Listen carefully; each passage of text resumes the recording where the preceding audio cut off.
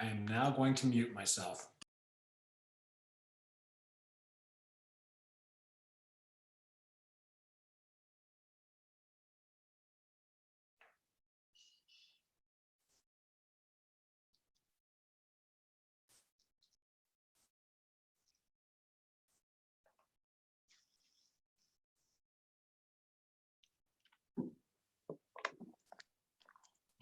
Jason, can you hear me now? Can't hear you because you're muted. Now I'm unmuted. So I'm just testing the devices. I'm not used to a Mac. Okay. Myself again. What was that? I just muted myself again. Okay. I cannot tell who else is on. I saw Carla. Carla, can you hear? Can you do a mic check? Carla. Okay. How about Lon? Lon, are you there? I'm here. Oh, there you are, Lon. Hi, Troy. Hi there. And how about Greg? Yep, I'm here. Hello. Okay, good deal. Good deal. And Shane, are you on? I think Troy? Yes. We He's don't on have mute. we don't have a flag. Am I on mute? Can you hear me? I can hear you. Who is this? Is that Oh, this is Charmaine. Hi, Charmaine? Yeah, I can pull my little camera on. We don't have a flag. I have a little tiny flag. Do you want to do the pledge or just skip that? I think that I can lead us in the pledge if you'd like. I don't want to skip it if we. Do you have a little flag?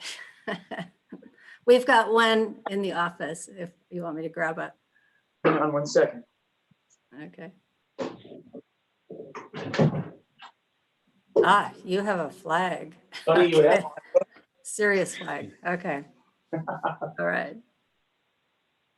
I'm going to mute myself again and check out just because I'm going to take minutes. Okay. Okay. I don't want to clutter the screen. Shane, are you there too? Yes, I am. Okay, great. So we've done a roll call. We have everyone present who is currently serving on the council. We have Shane Sorensen, our city manager, Charmaine Warnick, who is our city recorder. And is there anyone else who'd like to check in? Who's on? And either of our police or fire chiefs here? Chief Williams here. Hey, thanks for joining us, Brian. I'm not sure if Chief Thompson will be here tonight. David Church, are you with us? Chief Thompson's here. Oh, good. Okay, welcome, Chief Thompson. All right. Let's go ahead and have an opening prayer by Lon. Thank you, Lon. Okay. Our Heavenly Father, we are grateful for this beautiful day, grateful for the opportunity to come together as citizens and friends of this great community.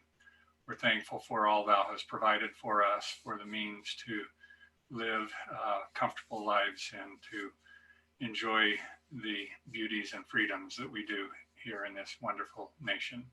We're thankful for those who sacrifice their time and efforts to make it so.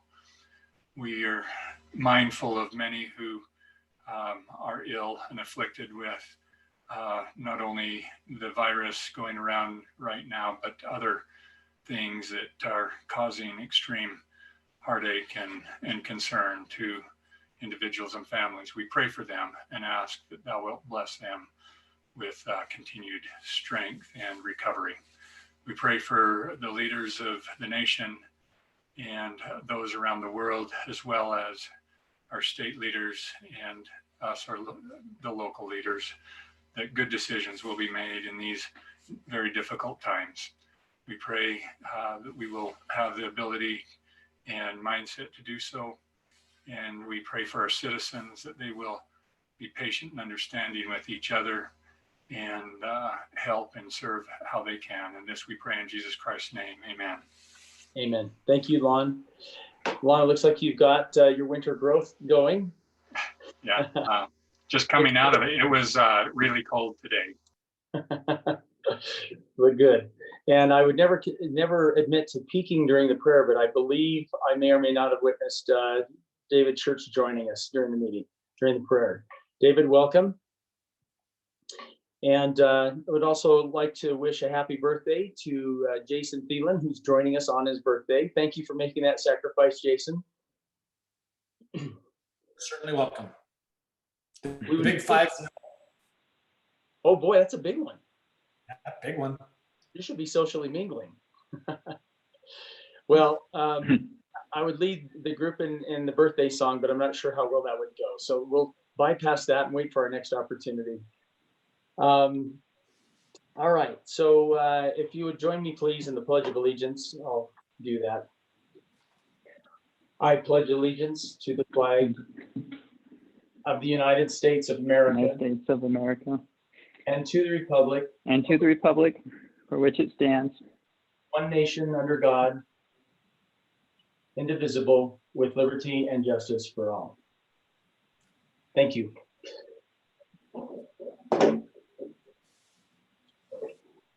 I didn't think about that part of the meeting. That was a little awkward.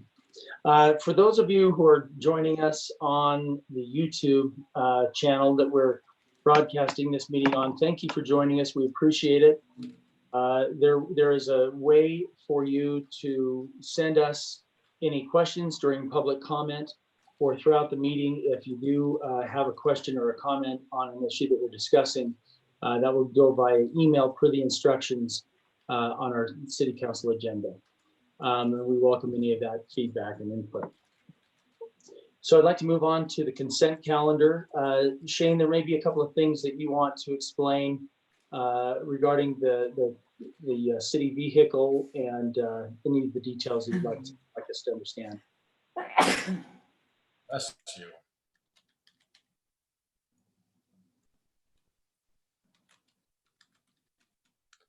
He might not have himself unmuted, but Troy, out of curiosity, as he starts, the Alpine City YouTube channel, how do people access that? Because I go to YouTube and type in Alpine City YouTube channel, and I'm not seeing anything when I search that. That is all I know of is to go into that address. I haven't tried it myself, actually. Austin and yeah, so that's a good question. So if you, sometimes once we start the meeting, it takes a second to refresh, but you should just be able to type in Alpine City or type in Alpine City Council and then today's date, and it should pop up at as one of your first top 5 search results. It'll be the live stream. So you'll see recorded videos, and then the live stream our video should show up there because we're streaming live. And my understanding is there's another Alpine City out there that's utilizing YouTube. So hopefully people don't mix that up.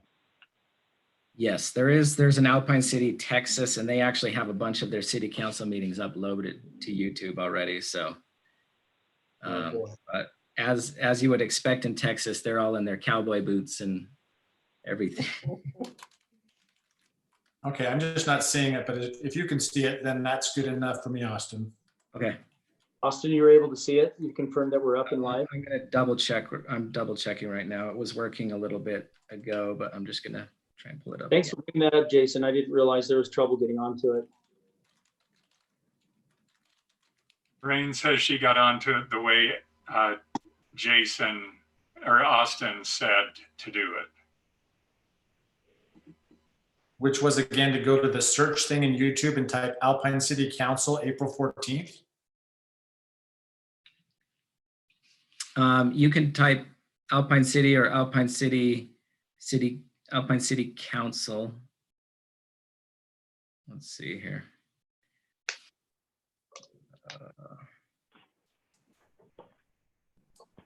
Let me tell you what. Yeah.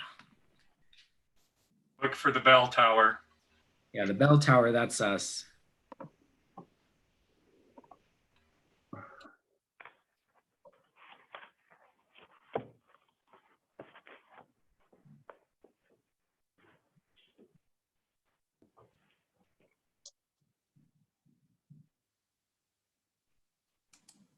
4/14. If you type 4/14, let's see if that might help improve it. Well, it was working earlier. I'm trying to pull it up on my phone right now. Let's try to get it working if we can, just What so we, I do see, it does show our YouTube channel is in like the first 3 results. It's a little circle with the bell tower in it.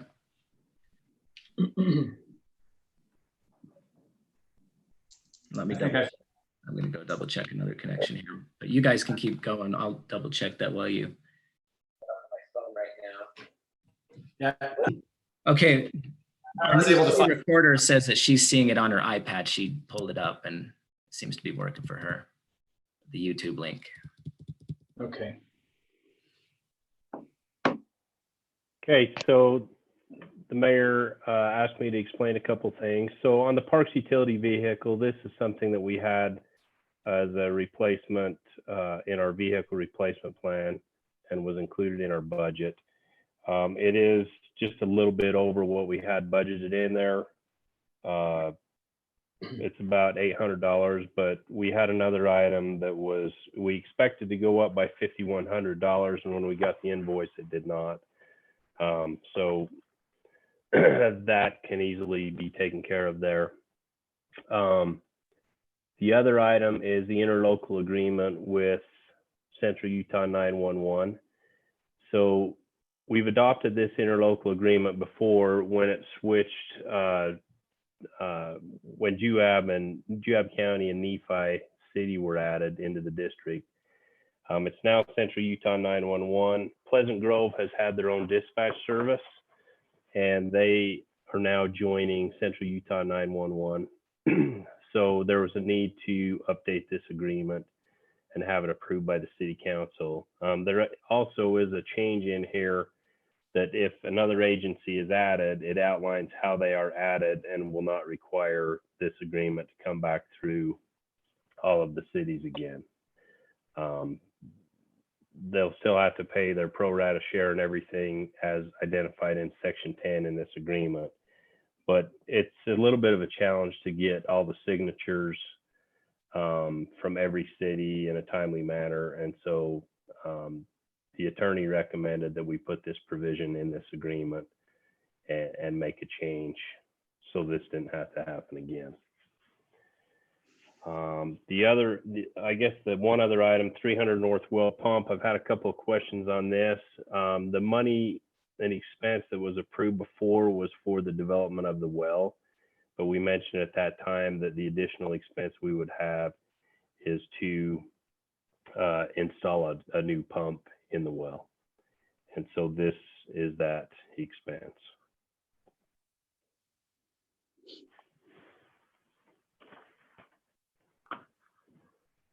Any questions for Shane? Then we'll entertain a motion for the consent calendar. I'll make a motion that we approve the consent calendar. Do we have a second? I'll second. Okay, we have a motion by Lon, a second by Greg. Any further question?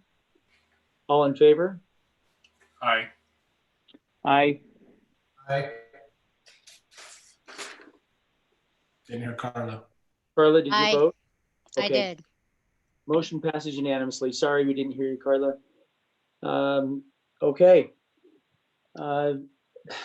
This will be a little challenge. I don't know if we have any incoming emails for public comments yet, Shane or Austin.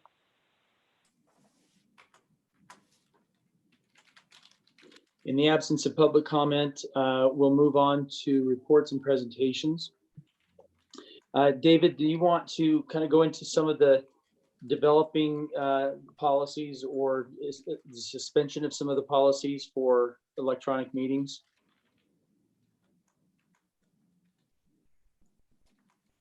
Do we still have David with us?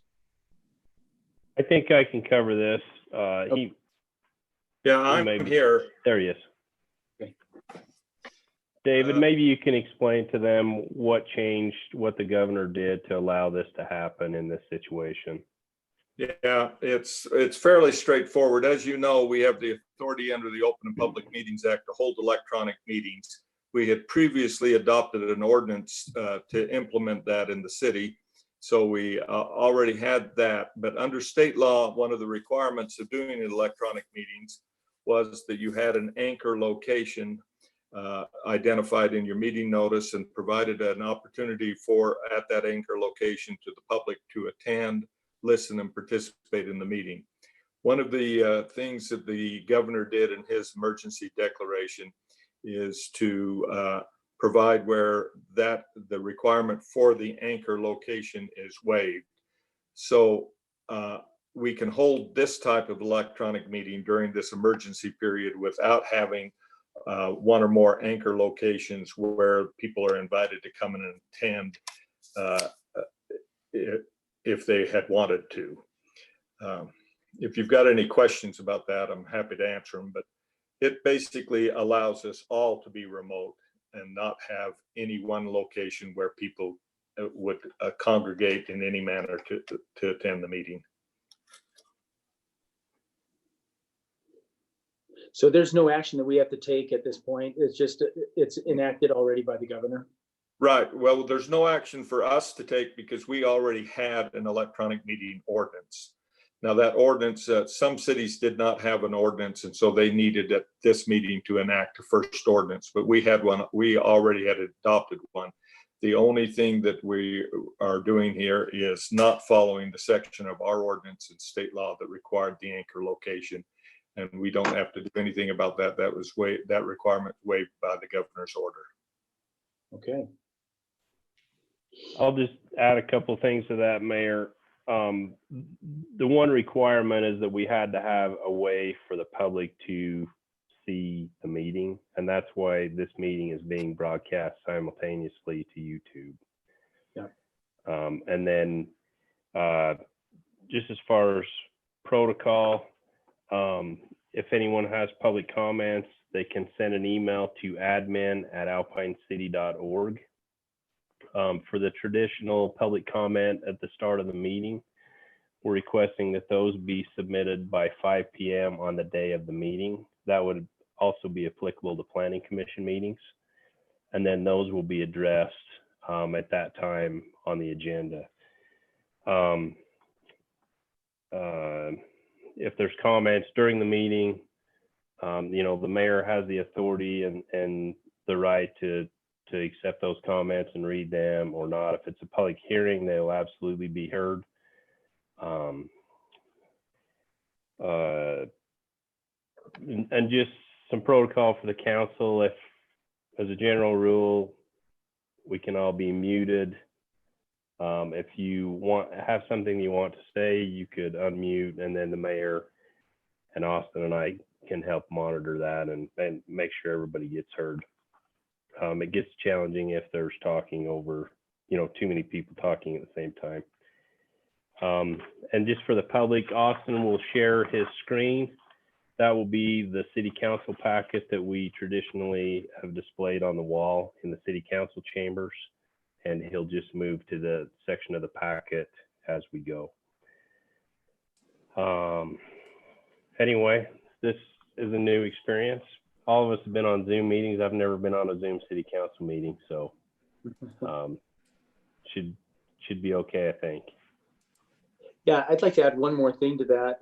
If we could, because of the difficulty of here, I guess if one person speaks, it kind of locks everybody else out. So if we do a group vote, it becomes more difficult to know who voted and who didn't. So I'd like to ask for a roll call vote on each from this point forward. And I can just call out the names if you want to give me an I or an A. That will help us organize a little better.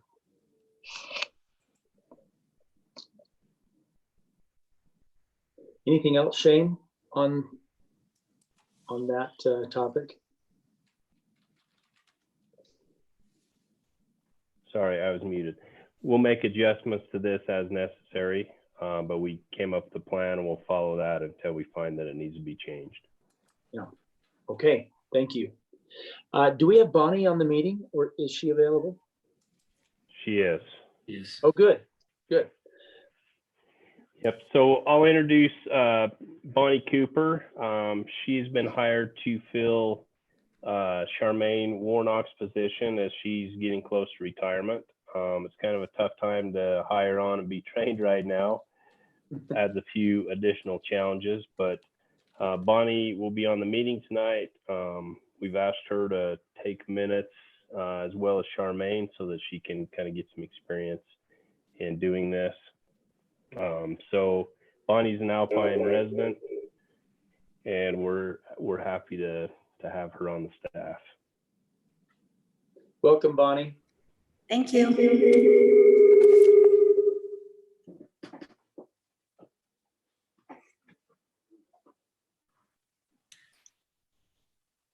Mayor, quick yes. update. So we have not received any public comment, just so you're.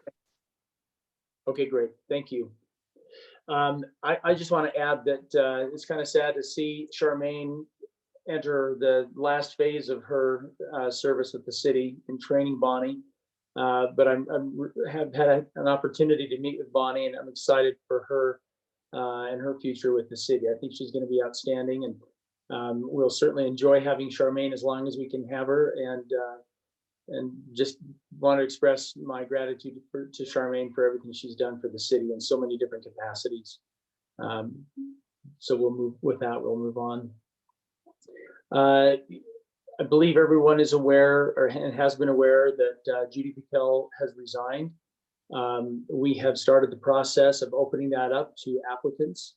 That'll be probably the main objective in our next meeting, is to select the next person to fill in for that seat. Shane, do you want to bring us up to speed on what has happened? Can we know who's applied yet? And anything else that the group needs to know? Yeah, Charmaine will have to comment on actual applicants. I don't have those names, but I can tell you kind of the timeline here. Judy's resignation was as of April 6th. So we've advertised this in all the places that we typically advertise, plus it went out in the newsline. The qualifications that they have to meet to apply to be on the city council. Applications will be accepted up until April 23rd. That is next Thursday at 5 p.m. That will give us a chance to collect that information and have it in your city council packets the next day. And then the council will interview the applicants at our April 28th city council meeting and make a selection at that time. This term will be for 2 years. And then at the next election, that position will be up for election again. Any questions by council?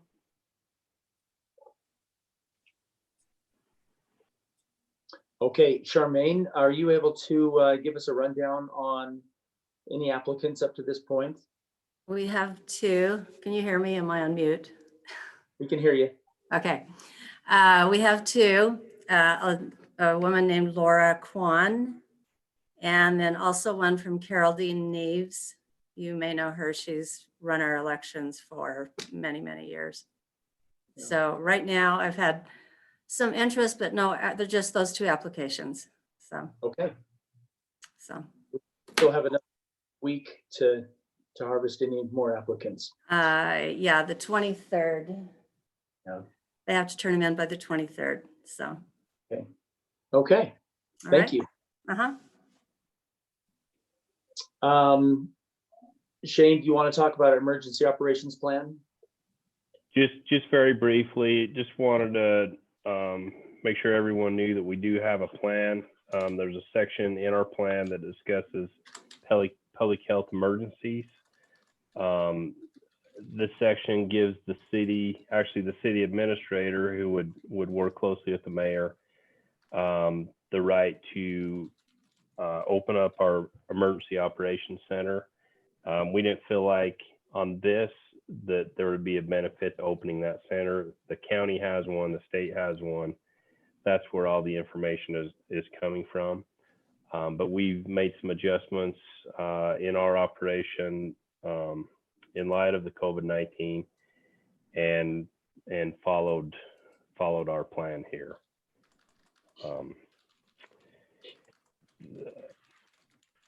I think there's one sentence here that is very applicable. It says planning for these events is well beyond the ability of Alpine City, but if an outbreak were to occur, the city would be expected to provide accurate information in an immediate fashion. And that's what we've tried to do, is make things available to the public through the county and state. Thank you. Any thoughts from council on that, on our response so far? Anything that you feel we could be doing in addition to what has been done or what's stated here? Nothing as what more than what you have been doing, but as I've read the emergency action plan that we do have, I think it's going to be critical to make sure everyone knows what their role is in that. And Shane, as I was looking at that, you would be the incident commander. Mayor would be the one who manages the overall aspect of it, but you're the incident commander. Then mentions next in command, if you're not available or there, is the city engineer. And then next in command is the financial officer. So I'm just thinking, as we're working through some of this right now, that we make sure we have that thing in line as far as who's in contact or who gets contacted as we move into something like this. Yes, and as I've reviewed the plan, there's obviously some changes and adjustments that need to be made to it. And that's something that we need to work on. And with this experience that we've been through, and I don't think anyone's been through something like this, there's probably some additional things that can be added to that plan in that section to help there. Along with that, Mayor, it'd be critical for you to stay in touch with me then, as Mayor Pro Tem, if you're out of town or something, or not able to communicate or something, somehow let me know prior to you leaving, or leaving town. I'm just thinking forward thinking, if you're not around. Sure. You mean outside of an emergency or during an emergency? No, just prior to leaving, in case there is an emergency, such as an earthquake we had the other day. If you were going to be out of state or something, and we had this earthquake, and you're not around, and the bricks fell off of Jason's house onto his table, and I needed to run up there or something. Okay. Hopefully those didn't hit anything valuable, Jason. Quite a bit of damage, but that's just small things. But do you get? You understand the point? Yeah. If I need to be aware that I need to step into something, and I'm not around, who do we go to next? Right. Okay. I've actually been giving that some thought lately as well, and in addition to our infrastructure, our internal organization, having someone serve as an emergency event coordinator, just one of our citizens who could help step in and be involved in that process as well, like an emergency officer.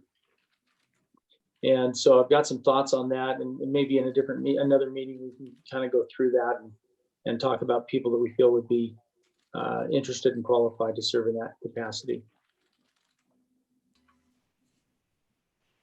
Shane, is there anything else on there that you'd like to cover? No, not unless there's other questions.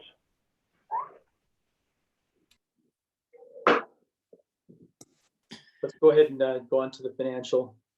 Mayor, could I add an item real quick related to the emergency plan? Sure. This is probably not just appropriate necessarily for the time window that we're in, but the both FEMA and the Texas A&M Extension Service offer a really good management class. It's a 4-day course that either they can take to your location or you can go to their location. It's paid for completely for elected officials or any public works or public safety employee.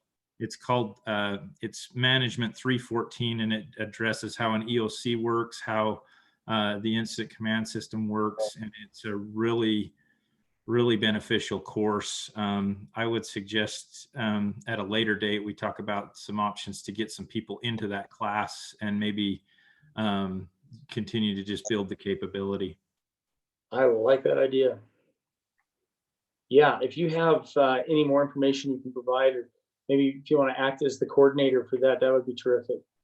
I'll get with Shane on the information, and then that way we can look at when and what would be appropriate to get some people to that or have it brought here. Okay.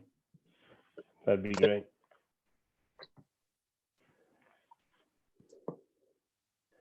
Financial report, Mayor. Yes, please. Okay, so on the financial report, we're 75% through our budget year. So the report that you have in front of you goes through the end of March. Things were actually clipping along very well until we ran into this COVID-19. And we really don't know the true effects of that yet, because with sales tax and our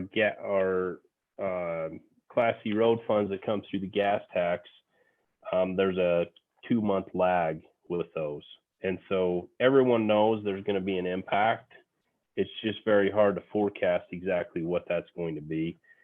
And there's people at the state scurrying to try to analyze this and project and do everything, because it's budget time of year and everyone's concerned about how do you budget on unknown revenues. So more will come on that. We'll talk about it a little bit more as we talk about the budget at the end of the agenda. But things are at this point looking good. Really don't see any issues that we need to be really concerned about at this time. How far are there any projection to date on how the sales tax revenue will be impacted? Because it seems that some businesses are flourishing, like home improvement, and others are just completely non-existent. Yeah, and so we get about 75% of our sales tax money through the state pool, and the other 25% is more local. So it's really hard to tell. There's a lot of different cities are kind of looking at it and saying, well, we think that for the month of March and April, we might see a 50% decline, and maybe May and June 25%, but I'm not sure. Somebody a lot smarter than me would have to figure that out, because I think it's all just a guess and everyone has their own little crystal ball. But we know there will be an impact, but that's what the state is trying to help and with some of those projections. And the league has been very good. We're on a conference call with them every week, and they send emails almost every day. They've been communicating with people at the state on this concern, representing all of us cities. That is something that in the special legislative session that starts Thursday, that the state's concerned on the state budget level, that they'll be working on as well. So we have some ideas of how to approach this upcoming budget that we'll talk about later in the meeting. But up through this current financial report, there's no real issues, but like I said, there's a 2-month lag.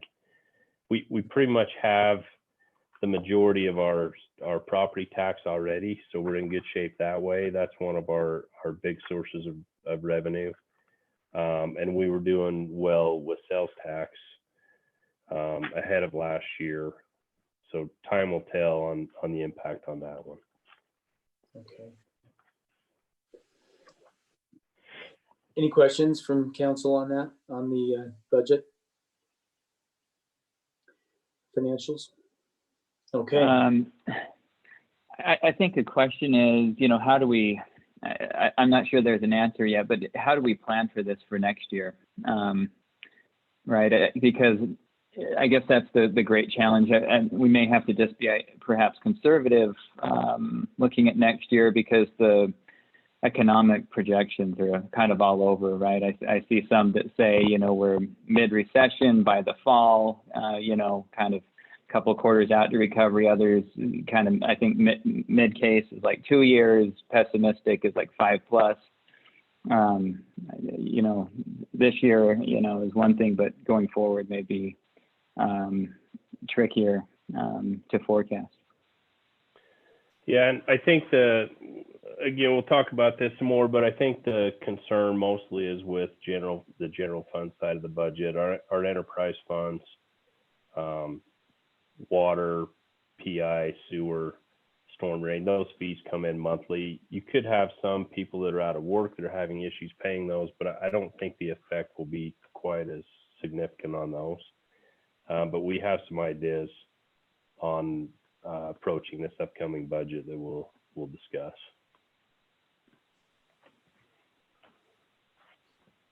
Okay.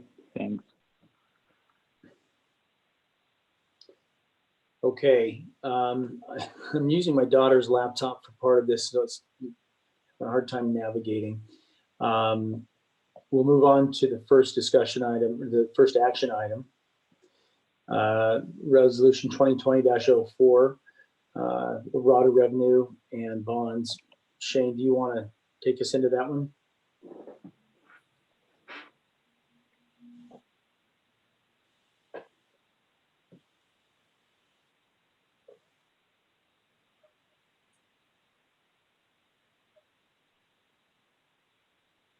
You there, Shane? You're on mute, Shane. You're on mute, Shane. I just figured that out. My apologies. So yes, we have Mark Anderson with Science Public Finance on this meeting with us tonight, as well as Brandon Johnson, who is acting as our bond counsel. So we've discussed this at some previous city council meetings. We have a need to take out a bond for a few projects. The main one that spawned this is the CUP pump station that is getting close to being bid out. Our responsibility is 50% of that cost. With the engineering and everything rolled into it, the estimate on that right now is $600,000. We also have to filter that water before it goes into our pressure irrigation system. We'd construct those filters at the Healy well. The preliminary estimate on that is about $300,000. And then we've got this pump for the 300 North well that we threw in there also. We're looking at a couple other things in our master plan, our capital facilities plan, to see if the time is right to throw those in there also. But this item's on the agenda tonight to pass a parameters resolution. Basically, this resolution gives the upper limit parameters for the bonds that can be issued by the city, and outlines delegation of authority to execute the bonds and schedules a public hearing. These are required things for this type of bond. We've proposed a principal amount not to exceed $4 million. So that's the $3 million that exists on our current bond that would be refunded, and up to $1.5 million in new funds. The bond maturity period would not exceed 12 years, and the interest rate not exceed 4%. And so those would be kind of the upper limits on those. And Mark's been very helpful in helping me work through this process and get us to this point. Mark, do you have anything, or Brandon, that you would like to say here? I think you've explained it very well, Shane. We've got $2,540,000 of outstanding principal on the existing bond. Gives us up to $1.5 million almost if we need to borrow more. I will tell you that I've been involved in some bid openings recently on other projects, and we're seeing some higher than normal cost, at least on the projects that I've seen. So to have some flexibility, there's probably a good thing. But I think Shane's explained it very well. And we would expect to close the bonds in June based on the calendar that we've created so far. So with this, the public hearing would be held, it's in early May. It looks like May 12th that would be required. And then bids would be due May 27th. With this, we're proposing basically to maintain the same bond payment that we have right now. So everything would operate just like it has been with the rates we currently have. And this would extend our bond out probably a couple of years or maybe just a little bit more, depending on that final amount. And May 12th is our scheduled city council meeting. Is that correct? Yes. Yes. Okay. So yeah, the intention would be to hold it during a regular city council meeting. So yeah, May 12th is when it will be. It's nice to take advantage of the fact that money is cheap right now and be able to get some things done that are valuable to the city long-term. Just add a couple of years to our liability or our obligation. You also are going to see some savings by refunding the existing bonds that help keep those payments at the same level, even if you borrow $1 million. Your payments would be about $465,000 a year is what we're projecting right now. I will tell you that purchasers are becoming more particular about the bonds that they are purchasing, but I think Alpine City's the type of bond that it is, it's not as susceptible to the economic downturn that we're seeing on sales tax bonds and the like. So I think that we should have some good rates for you when the time comes. Better than that 4% max is what you're saying. Yeah. Yeah, if we were to bid it today, you could see something less than 1.5% is what our hope is.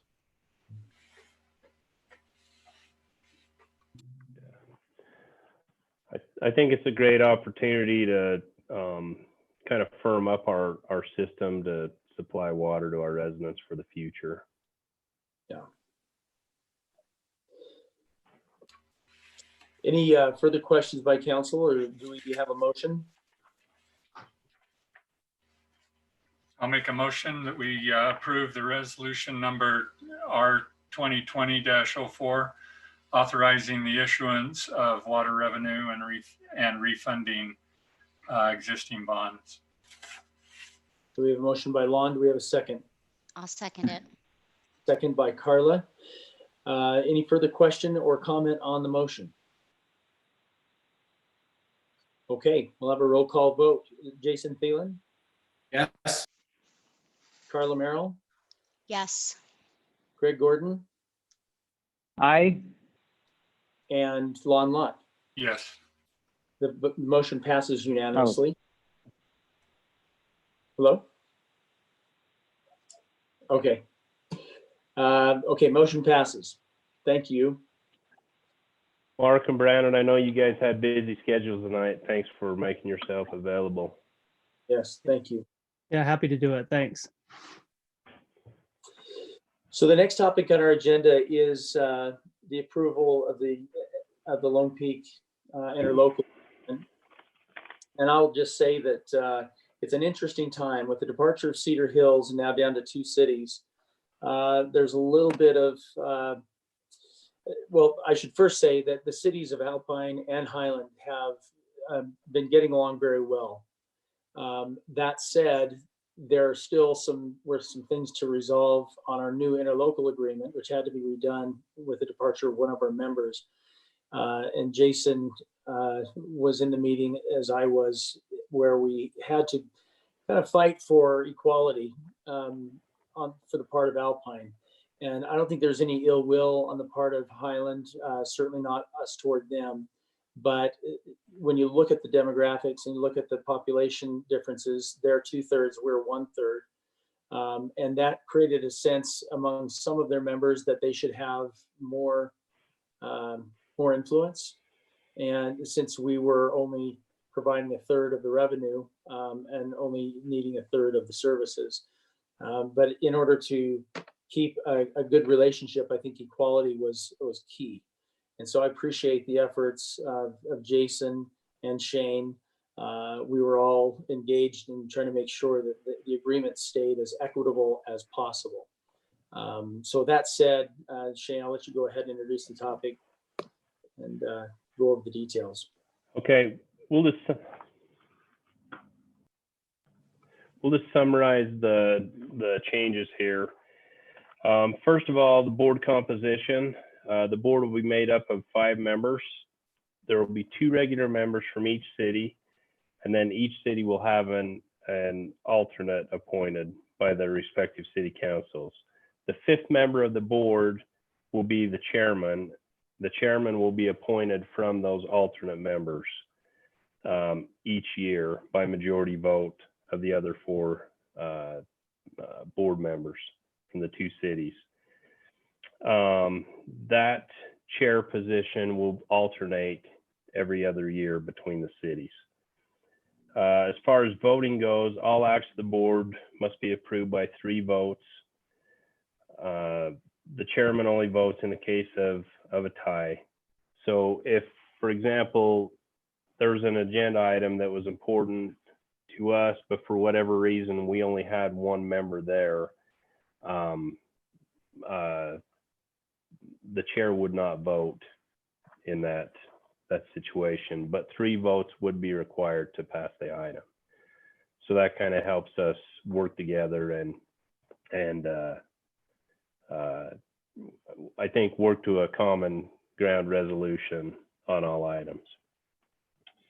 The one exception to that, the chairman votes in the case of a tie vote for the appointment or dismissal of a chief. We also clarified where population data comes from because that's part of the equation of how our annual fees are calculated. There is some language in there that deals with approving large increases in the public safety budget. If that increase exceeds the average property tax revenue increase of both cities from the previous year, then both city councils need to vote on that and approve it. This doesn't exclude, say last year when we did a tax increase, that would be excluded from that calculation. So that kind of summarizes the changes there. And I think it's a good agreement for all of us. Yeah. Any questions by council? Yeah, Mayor, you and Jason were part of developing this then as members of the board? Yes. And And what I said earlier, I would like to reiterate that Highland and Alpine have been getting along really well in the management of the Lone Peak Public Safety Board. The issues that we had in this particular meeting where this is being finalized were really, quite understandable when you look at it from the perspective of Highland. They do put in 2/3 of the revenue. They're looking at it in terms of balance, and so when we came up with this, that there would be equal representation from each city, there was a little bit of hesitation on the part of some of their board members. I think we had a good, frank, open discussion about that and the importance of balance, that we can trust each other in cities to act in the best interest of each other while we can also protect our own best interest. And so I think this agreement reflects that. I think we all eventually got to the point where we felt that this was the best way to move forward. Jason, do you have any comments on that meeting? Maybe two, like the mayor said, it was a back and forth, and I think we ended on something that's really beneficial to our city. And hats off to Shane. After we got done with the conversation, what we originally got back didn't quite match up with what our discussions were. So he went back to the city administrator there at Highland and had them re-listen to it. They fixed it, and it does say what it's supposed to, but Shane did catch that, so hats off to him on that. The only other thing that maybe Shane can point this out, is the alternate board member, in my opinion, is more important than I thought initially going in.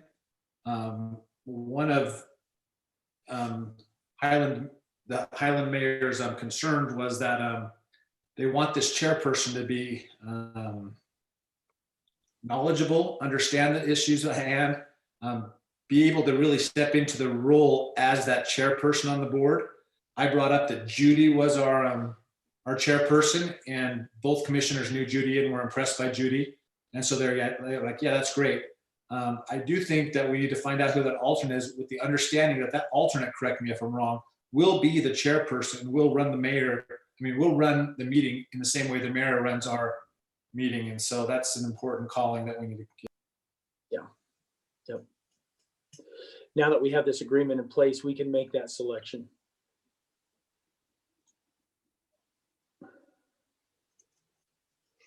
Any questions from the council? Okay, then we'll need a motion to approve the new interlocal agreement in order to move forward.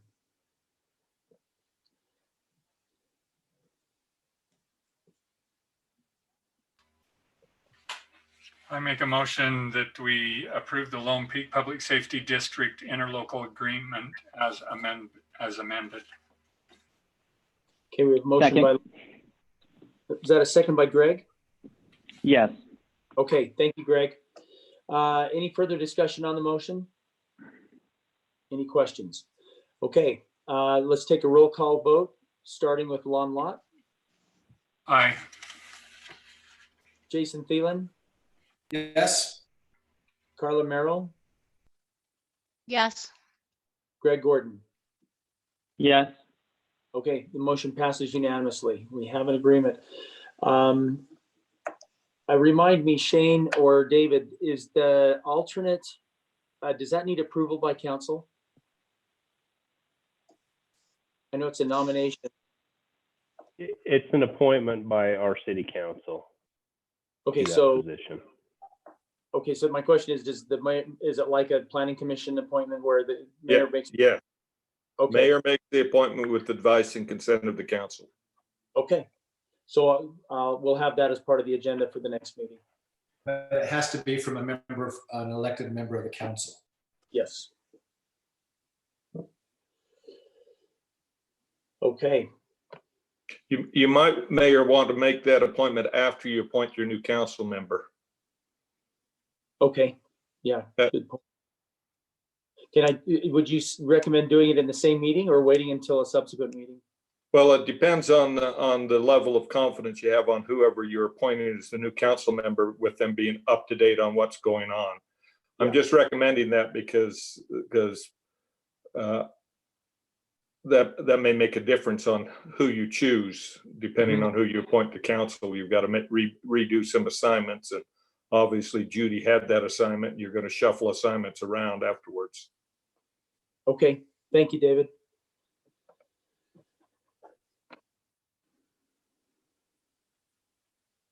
Okay, our next item C, the sign ordinance. Jason, you were the last one to make a motion to table that, the discussion from our last meeting, or 2 meetings ago, I believe. Shane, or I'm sorry, Austin, did you want to bring this one in?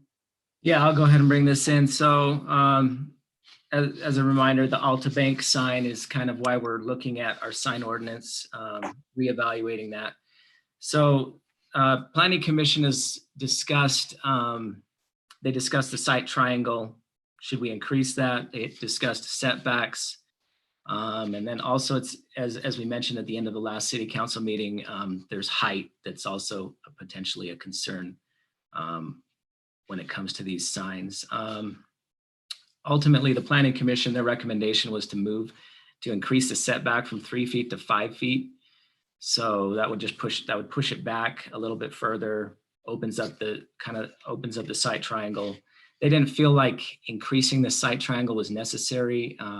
They felt like 35 feet was adequate.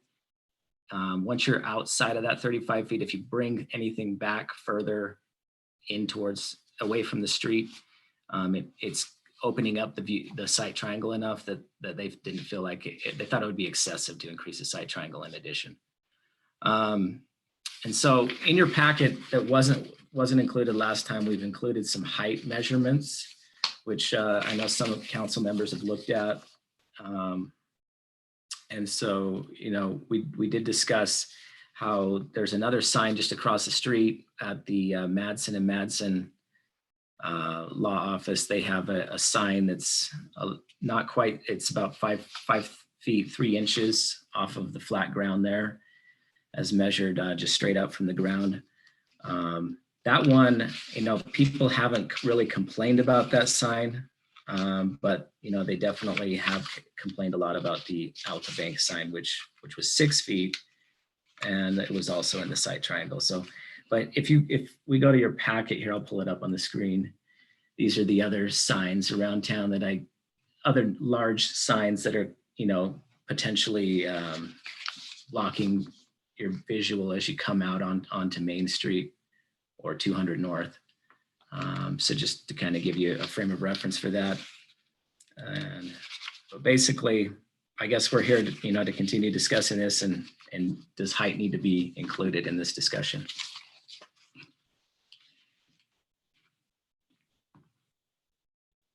Mayor, along with this part of that discussion, though, I mentioned to Austin today that it's critical we've developed the reference point of where you measure that from, because if someone has a berm in their front that's a 2-foot berm and then they still have a 6-foot sign, we have an 8-foot high sign off of curb. So as we're talking about heights, make sure we get a reference point so that so that we still don't complicate this height issue that we're discussing right now. Yeah, it seems logical that would be from curb level or street level and not take into consideration the landscape. Lon, that's a very good point. And obviously from the measurements on this analysis that Austin did, I think there's a pedestal issue as well, that some people must not understand that pedestal or the part underneath the sign should be considered part of the sign. And I think we probably have not been clear enough on that, and that needs to be corrected as well.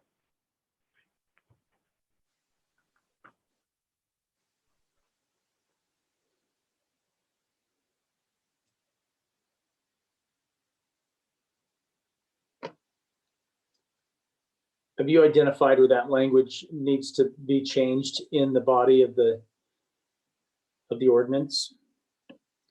Lon? We don't have any that I can see in the current ordinance, any exact height restrictions. It would simply be, there are size restrictions, right? But I don't see that we have a height restriction. Like Jason has pointed out, we do need to reference this height. So we have size, right, Shane? I mean, they can only do so big a sign. Yes, that's correct. Yeah, there's another part of of the ordinance. It's not in the packet that refers to the dimensions of the sign. So it covers width and height, but it does not specify where height is measured from. It just right. height. And Correct. And so consequently then, Mayor, where should it be? It should be within that area of the ordinance. But as far as language, it would be like you're suggesting, curb, where we have curb setback of 5 foot off curb. Also, height would be elevation based off of curb level. Mhm.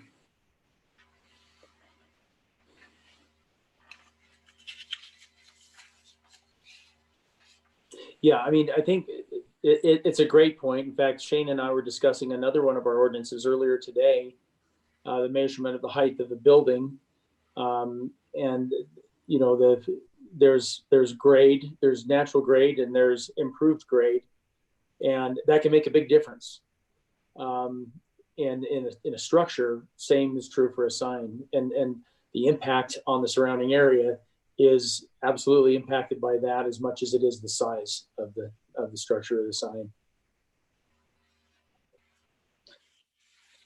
So Shane, do we send this back to Planning Commission to have them create that language?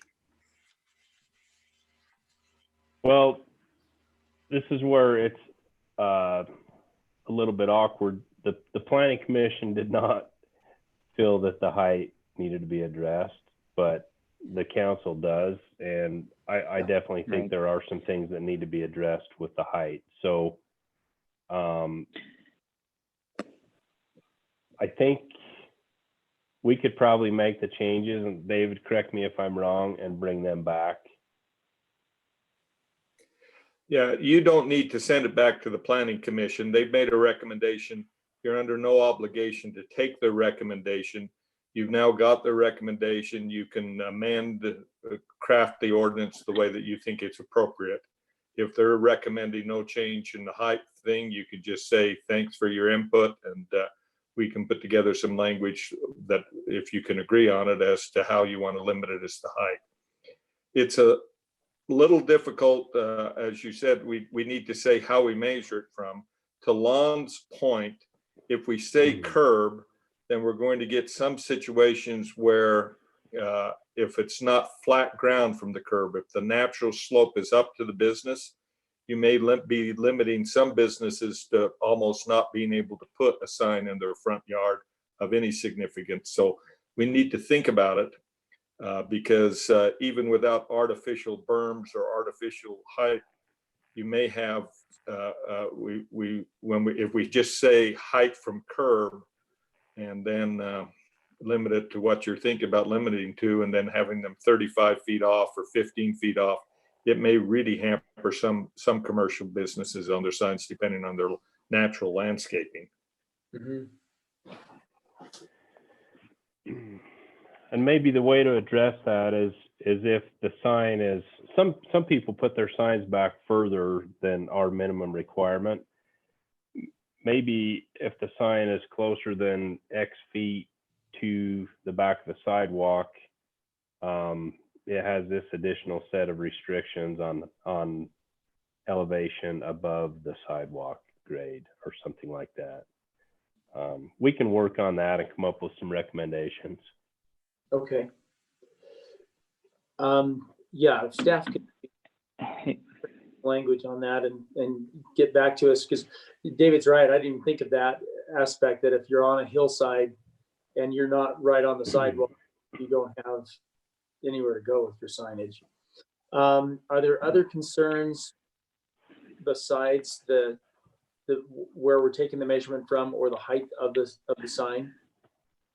I had a couple questions. Yeah, so up, if you go up a couple pages there, Austin, to the diagram. So is what Planning Commission recommended, it was they didn't, it sounds like if we look at this lower one, there's no increase to the site triangle? Yeah, just below. Yeah, Right. Let me explain a little bit. So this is something that staff prepared, this diagram. We prepared this before the meeting to kind of give some options here. So there's two different I guess 3 different shaded areas here, maybe 4. So if you look at, there's 2 different red ones and 2 different blue ones. So the regular just striped red is the site triangle. The kind of hash mark, the X'd area is showing kind of setback area where we wouldn't allow a sign. And then we have showing what it would look like if we increase that site triangle, and then what it would look like if we increase the setback area. And so that's what you're seeing on there. Then this is something that staff proposed to Planning Commission, but they discussed it. And as they discussed it, they started talking about site triangle just in general, not in particular to signs, but our site triangle ordinance with relation to fences and trees and hedges and walls and things like that. And our standard site triangle ordinance, you can have something up to 6 feet tall outside of that site triangle. And so that's part of the reason why they felt like, hey, the maximum height of a sign is 6 feet, which is you could have a fence there or you could have a sign there. So they felt like 6 feet, either way, you're going to have something outside of that site triangle that's going to be in that height that would technically not be against ordinance and not against some of the recommendations of a site triangle. And so it's not that they didn't discuss height at the Planning Commission, they did, but that's why they decided not to make that as part of the recommendation. And so Right. ultimately, sorry. Yeah, go Okay, ahead. so- Sorry. Okay, I was just going to say, ultimately, they just decided that increasing the setback. If you look here on the screen, kind of toward, I don't know if you can see my mouse very well, but that area where the mouse is, they felt like that's where the sign's going to be, is in this white area, this plain white area here, and they felt like that would be far back enough. Yeah, okay, got it. And so to clarify, our existing ordinance says let's see, in the site triangle, it can be up to 3 feet high, right? But outside, it could be up to 6 feet. Correct. Outside of the 5 feet in the 35 triangle. Okay. Yeah.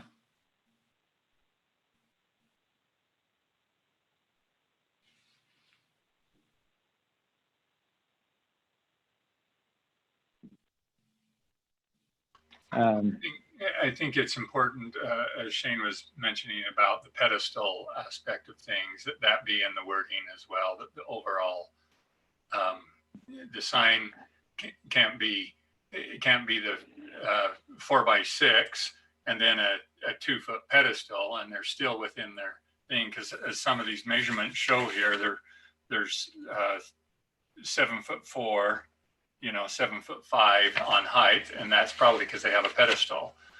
Yeah. Shouldn't it read that anything above grade counts as height on the sign? Yes, I think that clarification should be in there. Carla, do you have any thoughts? No, it's just that if we were going to do, if you're going to not consider the pedestal to be part of it, that at least there be like what the Bank of American Forest sign had before, that there's a space between the pedestal and the actual sign. Because I feel like that's kind of okay as far as this, being able to see and as a safety feature. But as far as aesthetically, I don't know, I haven't thought about that yet. Yeah, I think it's a good point. I think if we're a little bit strict on this, then, perhaps, because I don't think we're going to get a whole lot of these requests, right? We don't have a booming business district. I don't suppose we'll get a lot of these, but if we can monitor them carefully to ensure that they're not a traffic hazard or something of an eyesore as they come along, that would be fine. If there were, an exceptional need, then a varied sign like that does allow for visibility, we could take a look at and allow, I suppose, if we're a little bit stricter in the language.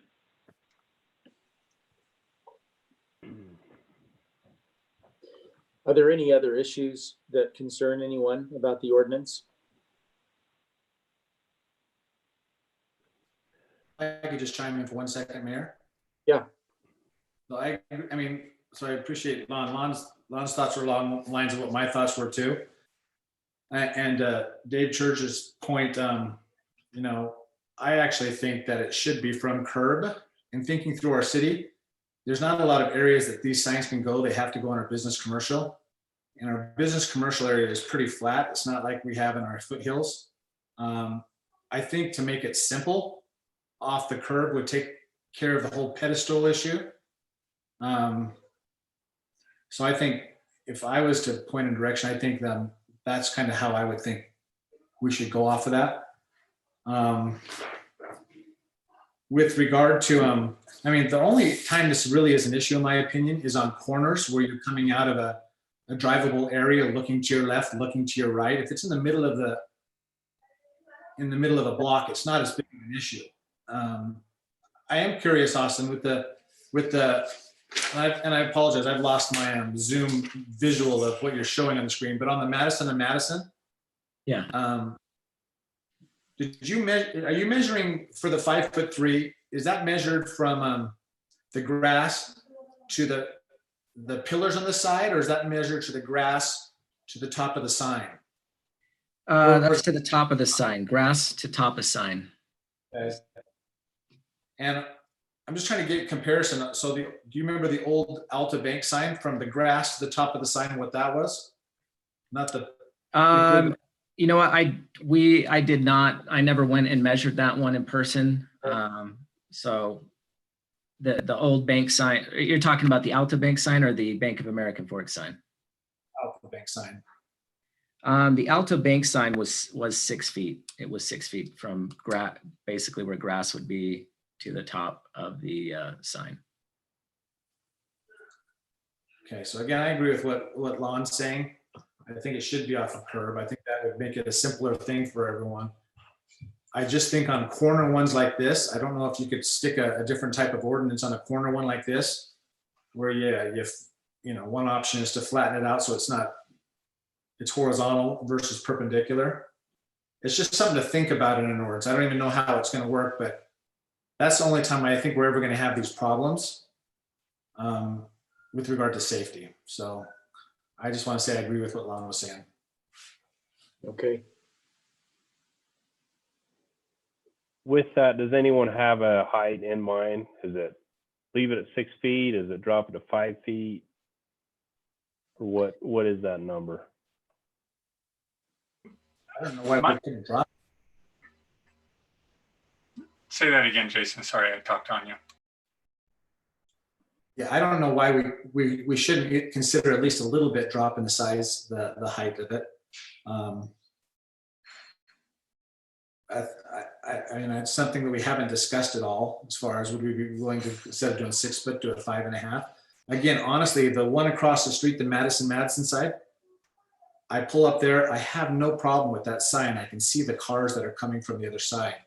It's not an issue of blocking versus the other situation we had. So I'm trying to, in my mind, figure out why that one was not an issue. And even when I go right now to see if it's an issue, isn't, versus the other one.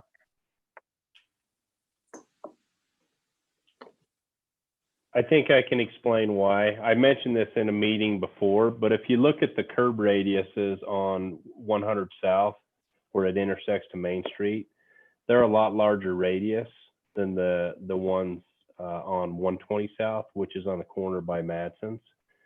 And so what it does, the larger radius pushes the crosswalk and the stop sign location back.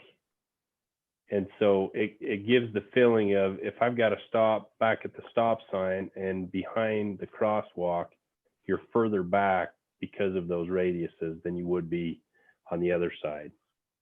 It's fairly obvious, I think, when you look at the aerial photo that Austin's pulling up.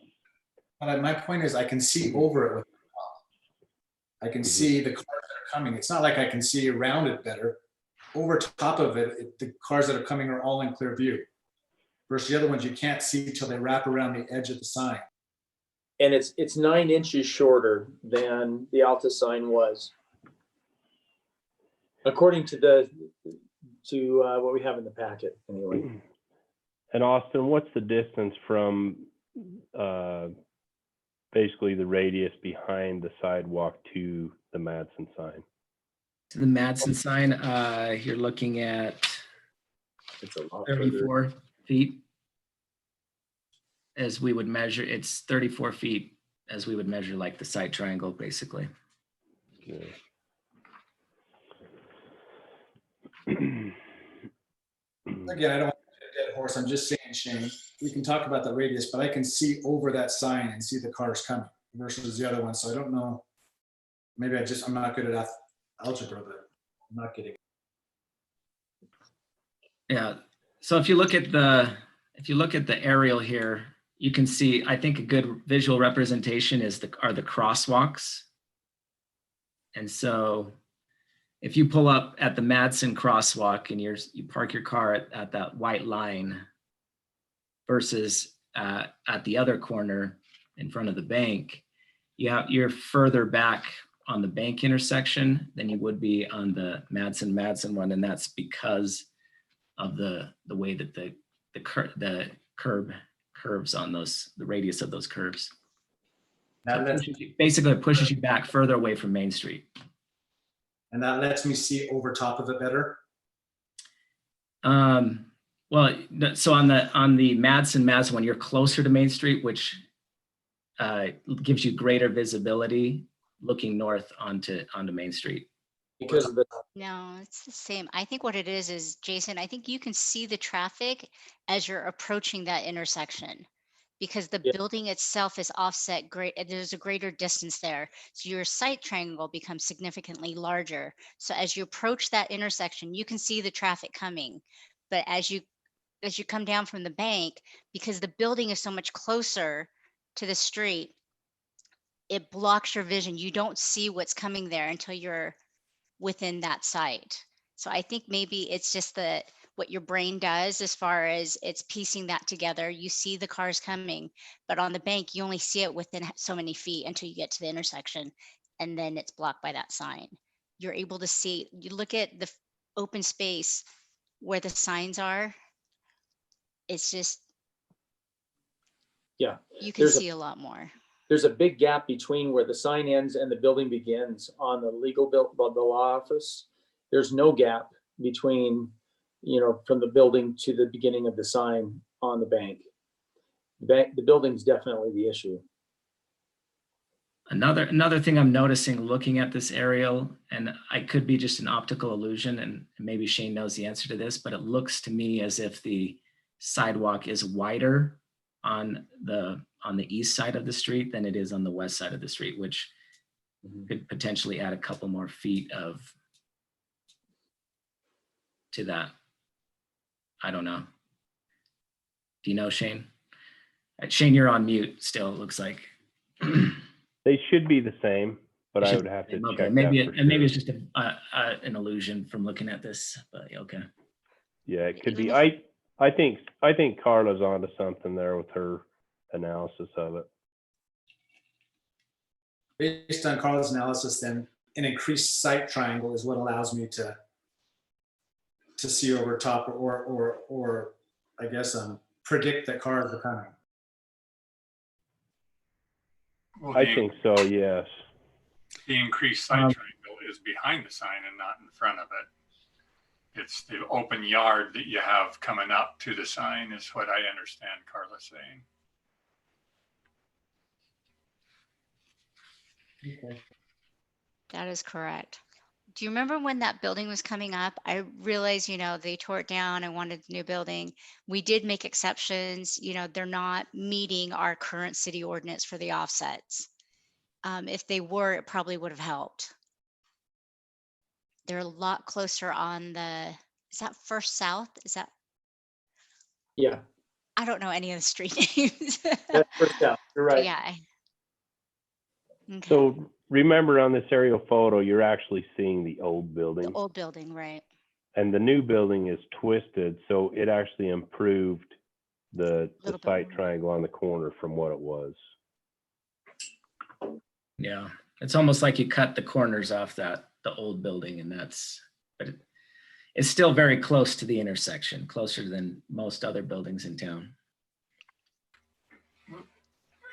Mayor, Jason brings up a good point too, though, on corners are our biggest concern on this. Maybe I remember back 6+ years ago when I started on the city council, I remember David talking to us about the sign ordinances. We had an issue with a situation with the sign thing at that time, and he commented how sign ordinances are one of the most difficult things to deal with in people not being happy with it at all. So I wonder if we deal with corners on this height thing more than we do with middle of the block type things. Keep the 6-foot level and only deal with a corner as it pertains to a height issue. Anyway, just a thought, just in the discussion. Yeah, I think that's one of the points that Jason was addressing earlier as well, that, you know, we have a relatively flat business district, but the corners seem to be the challenge. Yeah, I agree with you, Lon. Is there a way to address just the corners? David, are there any issues with that the corner lot is at a disadvantage? There's no issues to it. When we talk about site triangle, that's what we're addressing, is the corners. Yeah. And so your question, the issue is, as the planning commission identified, is how high are you allowing something within the site triangle, or is our site triangle too small for what it is? Because we could say nothing in the site triangle, even the 3-footer, but as I understand, the problem is these are signs outside the site triangle, and we still think that it's inhibiting traffic. That's why I'm a little surprised that the planning commission didn't think the site triangle needed to be enlarged or dealt with. Yeah. Good Because point. it should only be a site triangle problem. As they pointed out, if this wasn't a sign but a pine tree, it'd be the same problem. But a pine tree of a certain height would be allowed in the site triangle, if I'm not wrong, Austin. So, yeah, well, yeah, you're basically right, but so, I mean, the old sign was not in the site triangle. We do have some pine trees on like Red Pine Drive that are actually inside the site triangle. And I think we've actually made them trim those up on the base of it, but yeah, I mean, the problem is they're just outside of the site triangle. And so because of that, they can go up 6 feet, and that's what's causing the problem. So if you increase the site triangle, naturally you push them further away from the intersection. But in some cases, it's not possible to increase the site triangle on a building like this. It's already sitting there. Yeah, well, none of them we're not going to affect any existing signs with the change in the ordinance anyway. So maybe we're talking about resolving a problem that only exists on the bank corner. Yeah, I mean, by approving this building, we in effect locked in the site triangle for what it is. And then that may not have been on our minds as clearly as it could have been when we were discussing it. Well, the building's outside the site triangle. We wouldn't have allowed the building to go in the site triangle. I thought we allowed. Well, that's the front yard setback. Yeah, so that red triangle on the screen there, that is the site triangle and that's the current building. But to Dave Church's point, the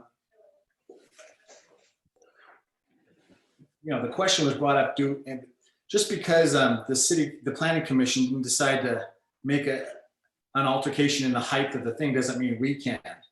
The planning commission didn't think through berms. They didn't attach that kind of, we're still coming up with a better thing that I'd like to have had them thought through that, but I'm wondering, to Lon's point, if we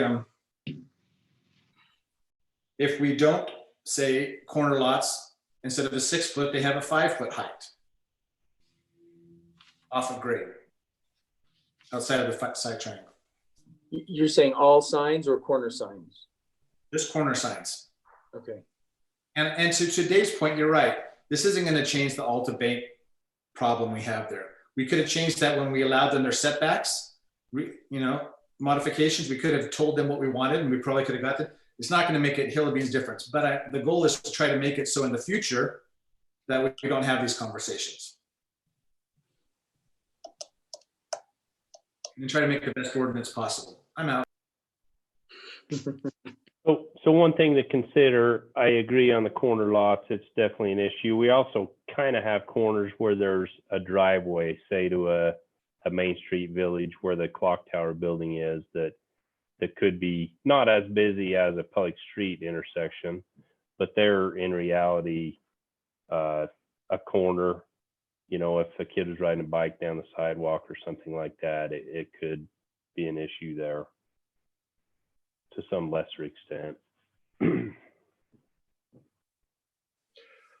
Well, and to Carla's point, perhaps it's the idea. Right now, we limit sign size, and didn't seem to be a problem if there was clear view under the sign. It's just the solid pedestal sign, even all the way up. There are lots of things we could look at to make it better for traffic.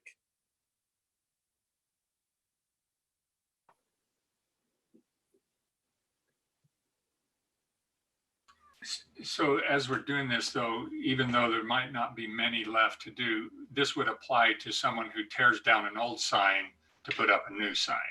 Yes. So we would want to make sure that we do something about this for any future things that might be torn down and rebuilt. For example, the building directly across the street from the bank could eventually be torn down, rebuilt a lot closer to the street, and we would have that same problem. But yeah, the building would cause a problem. The point I'm trying to make is it's not necessarily a sign problem. It's a site triangle problem for some lots. And it's not even a setback problem for the banks, for the buildings. We don't allow the build, even if we had 0 front setback and side setback, we would not allow anything to be built in a site triangle that's over 3 feet tall. We keep talking about how we allowed something for the bank building, but their setbacks didn't affect where their sign is. It's the problem with the bank sign was that they changed the design so, as you pointed out, Carla, you can't see behind underneath it. So suddenly it was more of a blocking traffic than it was before.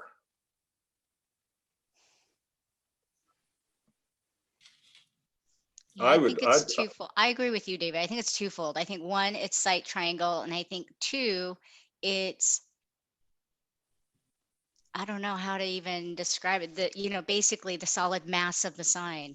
I have no problem with the pedestal as long as there's, how big was the clearance that Bank of America Fork had on their sign? Was it just 18 inches between the pedestal and the sign? I don't think it was even that, was it? It was probably close to 18 inches. It was enough, obviously, that people felt that they could see and be able to, safely. I don't think there was really problems with that or issues with that old sign, was there? Since the time I've been with the city, we never received any complaints about it. The old sign. I think your pedestal signs are ugly.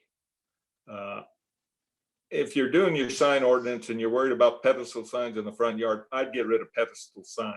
I'd rather have signs on the buildings. I'd rather have tall billboard looking signs than these pedestal signs if you're thinking about aesthetics and seeing traffic and seeing people on the sidewalk.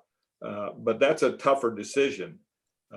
I know you've got to support your business community, and signage is real important to your business community. But so I don't know how to do it.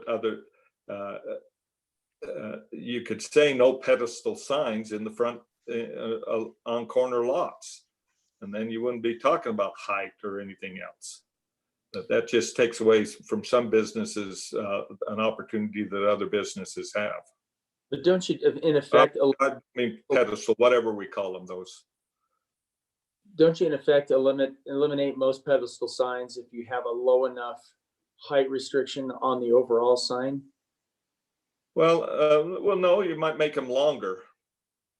Might make them strip out. Right now, we've got a square footage area on signs, right, Austin? Yeah. We do have a square footage requirement on a monument sign or Monument sign, not pedestal. Yeah, Monument. the name that we use in our ordinance is monument sign. Yeah. And so this brings up something that's, so in a future meeting, there's another ordinance change that's being proposed, which is to potentially reduce the setbacks in the business commercial zone. Right now, we have a 30-foot front setback, which seems restrictive. That's like what we have in our residential zone and, for houses away from the street. And something to consider is, if we do allow a smaller front setback and we're moving these buildings closer to Main Street, they probably don't have as much of a need for a monument sign. And like David was saying, you could, put a sign on the building and get just as much visibility. That's just something to consider, I think.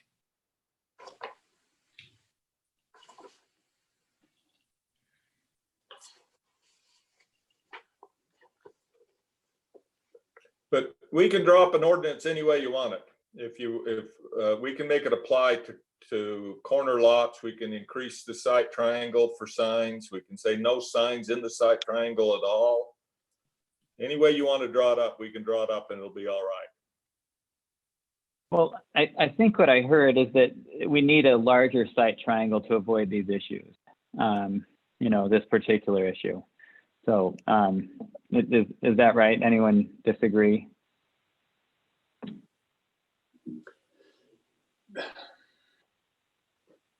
I think the side triangle is significant in most of the conversations where we're talking about pulling out into traffic.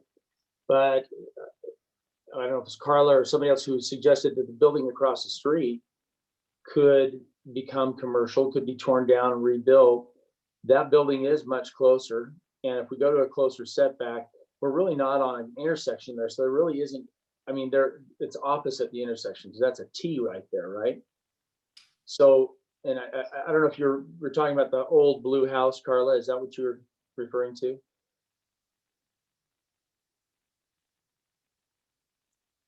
At any rate, there we don't necessarily have a site triangle because it's on the curb. It's on a straight run of curb, but you could still have a potential problem if you have the wrong sign sitting there, being able to see kids coming up the sidewalk from the other side of the sign. I thought she was referring to Madison. If that house were tore down, moved, a building built with a 10 or 20 foot setback, that house, that would be further forward. Okay. Correct. I was thinking the other house. No, so, Mayor, Yes. we're talking about the sites triangle, and from the diagram, it's the area that's in red. The bank lies well beyond that site triangle. So even if we increased it to whatever the blue hashtag is showing on the diagram, what is that? Is that an additional 10 feet? Is that what it is? 15 feet. 15 feet. You're still going to have the same issue if you have the same sign there. So you increase this site triangle by another 15 feet. If that same sign were there, you would still not be able to see. I think honestly, it might be more the issue of the monument more than the site triangle. Am I wrong? The monument, as generally speaking, monument signs or A monolith monument sign, yes, without a break. I think that's what the residents are having an issue with, having a hard time seeing. Because, you know, as David said, if we increase the sight triangle, we'd have to increase it by more than 15 feet, which the bank is complying by now, correct? They are set back, their sight triangle is greater than 15 feet, more than 15 feet of our present sight triangle requirements, correct? Correct. Yeah. So we would have to not only increase it by more than that to make our residents feel safe.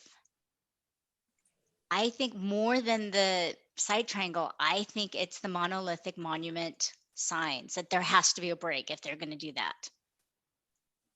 So it sounds like you're saying that it's the height ultimately, height I or think it's have a just the break within solid it. structure. It's the solid structure with people coming up. I feel like that's what they're having issues with. So Carla, you're looking for some degree of visibility through the sign, or Correct. the lower Yes. part of the sign, as well as having reasonable height that you could also see over. Is that fair to say? Correct. I think as long as you can see through it, people would be okay and would feel that they can see the oncoming traffic. Because honestly, in order for people to feel comfortable, we would have to increase the sight triangle by greater than 15 feet, which would be what? 30, 45? I don't know how realistic that would be. And that would make the buildable area very, very small. I think more than the sight triangle, I think it has to be, we would have to word it so that they can't have a structure that, I don't know, Jason, you drive that quite a bit. Do you remember the sign that Bank of American Fork used to have? I don't think their dimensions are that much off. Like if that were a solid sign, I think you would have had a lot more residents complain about it.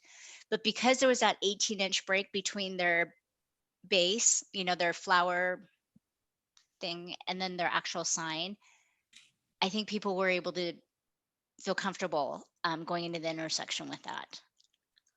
What do you think, Jason? All I know is I never had a problem with the other previous sign. But I knew what you're saying. It had a space in the bottom. I wish we had dimensions and pictures of it now to kind of see why, but it was also lower. You could see the cars that were coming. So honestly, I don't even remember what the old sign looked like other than I didn't have a problem with it. And no one else.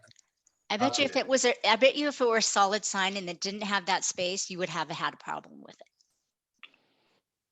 It was a much smaller sign. If you get on Google Maps and go to the street view, you can see it, I believe, unless it has changed since I looked last. I don't think they've gone through lately. I haven't seen them. Yeah, I remember you could see it on the street view. So let me see if I can pull that up.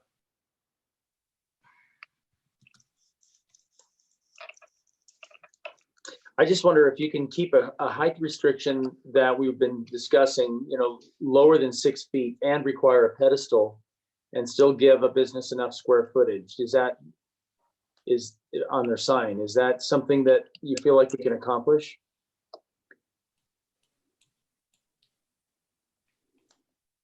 Because in effect, you're reducing the size from what we already have, but you're requiring a gap to some degree underneath so that you can see through. So you are reducing the amount of print square footage that you would get out of a sign. Yeah, and to Carla's point, looking at the old Bank of America Fork, you could basically see under the entire sign to see the cars coming. Yeah, so it almost was like there wasn't even a sign there before based on the visibility under the sign. It looks like it's hanging off the ground about 4 feet. It's pretty high off the ground, actually. Yeah. But So, Yeah, and that's my point on monument signs versus pedestal signs. If the current Bank of American Fork sign was just stuck up on 2 poles like that, no one would have griped about it other than it being ugly, but they wouldn't have said they couldn't see the traffic. And it would be ugly, that same sign were lifted up that high. Yeah.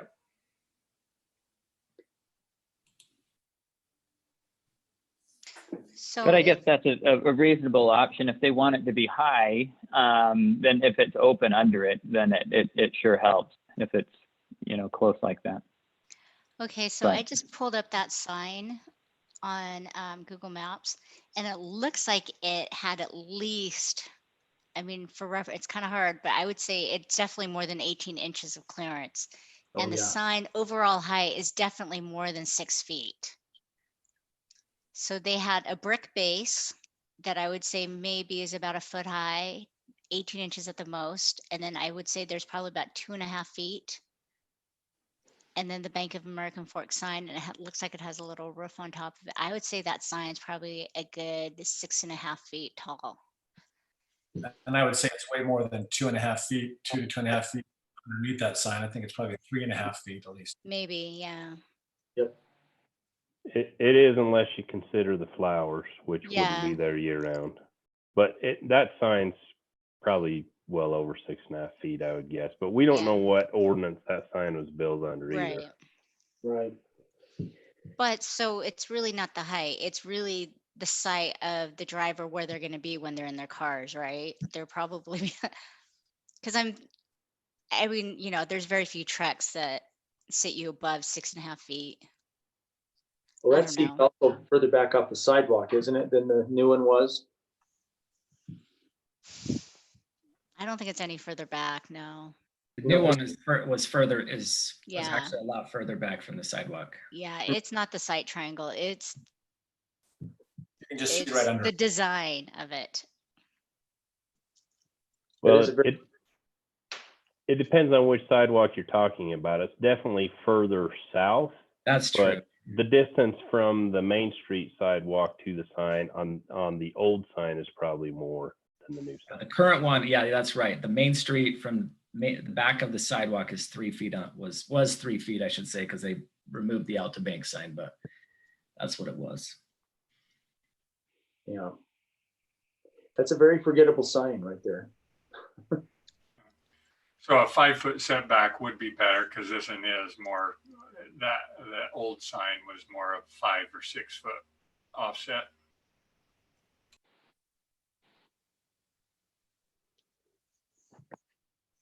Yeah. Well, I think the discussion tonight has been really good. Some things have been brought up that we didn't think of last time we discussed this. And so maybe if the council would like us to, we could take that back, feedback from tonight, make some suggestions and bring it back. I don't think we need a motion to do that, do we? I think that's the way we should do it. Yeah, I don't think we need a motion. I have notes and we have the minutes. Okay. All right. Anything else specific before we close up this issue and move on to the next? Yep, Mayor, even though it's an action item though, listed as an action item, do we need to make note that we aren't taking action on it? Or what?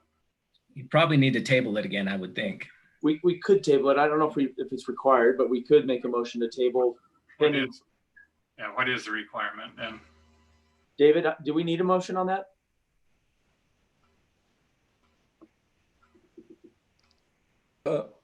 Why don't you make a motion just so that the minutes contain a record of where we sent it officially? Okay. Okay, so I'll make a motion that we ask staff to address the concerns we've expressed tonight and return back to us with their findings. There's a second on the motion? I'll second it. Second? Yep. Okay, I heard a second by Jason Thielen first. So we have a motion by Lon Lot to table, seconded by Jason Thielen. Any further discussion? All in favor? Aye. Aye. Sorry. I Okay, Aye. and from Lon, Greg, Carla? Yep. Okay, And Jason. Okay, motion to table passes. Okay. Our next item, and last item on our last action item is short-term rentals. Austin? Okay, yeah, so the last time that this was at city council, there was some discussion on short-term rentals and the idea of allowing them within a residence if it was owner occupied. And so the discussion kind of ended on that point with, I guess with the motion being that we go back, staff go back and kind of revise that language so that it specifies owner occupied specifically. And so we've gone ahead back and tweaked that language. It's very clear now. Item C on page 2, I'll pull it up here on the screen. Let's see here. So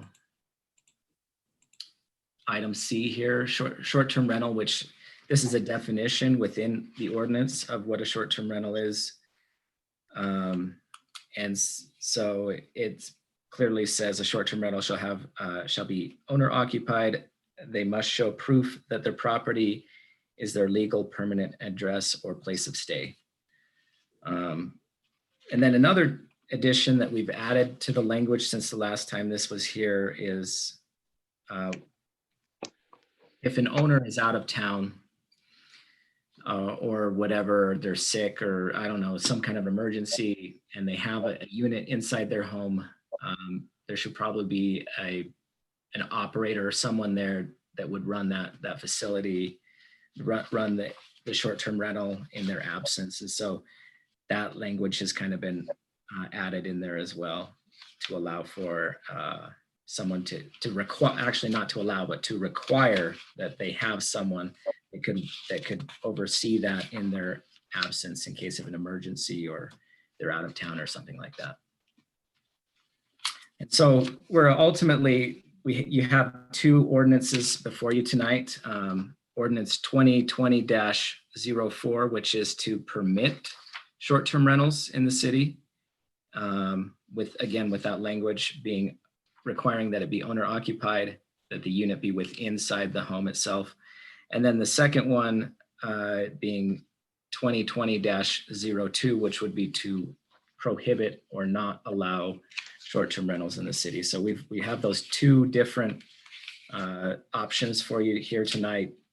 And I guess it seemed like the council was leaning towards allowing them with owner occupied being a requirement. So anyways, that's kind of the introduction of that and where we're at.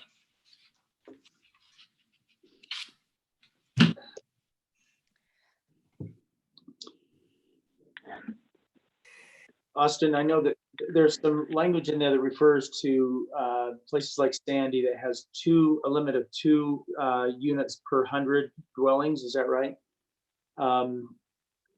Is that something that has done a good thing for Sandy, or I mean, how do you see that impacting what's happening there? I think doing something like that, a cap on it based on the number of dwellings in the city, I think it can limit the number of them. Sandy, a big reason that a lot of the way that their ordinance was drafted was because they do have a lot of hotels. They're right at the mouth of the canyons there for the ski resorts. And so that was a big consideration for why they chose to limit based on number of dwellings. I don't know I think also Sandy's more of a destination than Alpine is. And so that's something that you'd want to consider. In Alpine, I don't know if we're quite, we don't have a ski resort just up the canyon. We don't have hotels that we're worried about protecting their livelihood. And honestly, I think a short-term rental provides a need for our community. We don't, if someone's visiting and they want to stay in town, it provides a need, being that we don't have any bed and breakfast or hotel or anything like that. I look at towns like Hurricane, where I'm from. If you want to buy an investment property for the specific use purpose of short-term rental. They have a cap on it as well. And that has significantly shifted the type of home buyer in that market. So for example, because it's, in the Sun Belt of our state, there were a lot of people that were scooping up houses to turn them into short-term rentals. And once they put that limit on, it slowed that down and gave opportunity to residents who wanted to buy those homes more of a better position competitively, because it wasn't seen as a revenue generator, it was seen as a residence. And to your point, I don't think that it would have the same impact in Alpine. I frankly wonder how much business a short-term rental would generate if it's within a household that's already inhabited. Because people who are coming here, if they're not staying with family, they're going to want to stay in their own place. That's my own opinion. So I don't know how many of these we'll actually end up with. Yeah, I wouldn't think it'd be too popular. I think the risk there is that the accessory apartments are transferred into short-term rentals and can gain more revenue that way, with the impact of, lessening and the supply and raising rents effectively, which was a concern. It's one thing if they've got a room in their home, and they're like having breakfast with them, kind of more like that. But if it's separate, which renters prefer, as well as homeowners, then I think it gets into the accessory apartment and starts taking away that affordability option. Mayor? Yes. So when we originally talked about this, I don't love the idea of short-term rentals in Alpine, but I was in support of it as long as it was owner occupied. I had issue with the ordinance where it allowed for operators, which would totally take away the assurance of having a resident in the building, keeping an eye on the people that are actually doing the short-term rental. Yeah, I don't like that. I feel like then that's like any other short-term rental. If you're allowing operators to run that, I would feel much more easier about passing this ordinance or allowing it as long as owner occupied, and it had to be owner occupied without the clause allowing for operators. Yeah, and Carla, to your point, I think the one resident who got up in our last meeting when this came up, he was an owner occupied facility and supported that. I think it does I mentioned a minute ago, I don't think it's going to be a very popular item for people to come in from outside Alpine and rent an owner occupied space, but I'm not sure that matters. I think, to your point, I like the control mechanism of having an owner occupy the dwelling who has a vested interest in the overall well-being of the home. So why do we have the language in it for an operator to be able to operate it as opposed to the owner? I think one of the intent of that, when we had discussion before, was someone, a mission president going on a mission, or someone going on a mission, and their kids would watch them over their home or something. I agree with what you're saying, Carla, but I think the intent of that part of the and ordinance, that seems way too specific. Yeah. One thing that does kind of prevent it becoming a purely owner operated unit is there is language in there that they have to show proof, that they would have to show proof that it is their legal residence, their permanent, place of stay. So whoever owns the unit, they have to live there. The owner has to live, it couldn't be a second home or something like that, an investment property. Couldn't you accomplish that though by, if you had a designated, whether it's a family member or somebody else who was a resident? Because using the mission president scenario as an example, you have somebody who leaves on a 3-year mission, but they leave their kids in the house, or a relative or even a friend to live there as a permanent resident while they're gone. Would that still meet your criteria, Carla? I think, yeah, if you say something like a resident of at least 6 months of the city, in that residents. So yeah, if you are residing at that location for at least 6 months, that would qualify. But I guess when I read the language, it seemed more like an operator. It could be somebody from Provo and operating it because someone didn't want to have to. Do you know what I mean? Mhm. It didn't seem like they needed to be at that residence.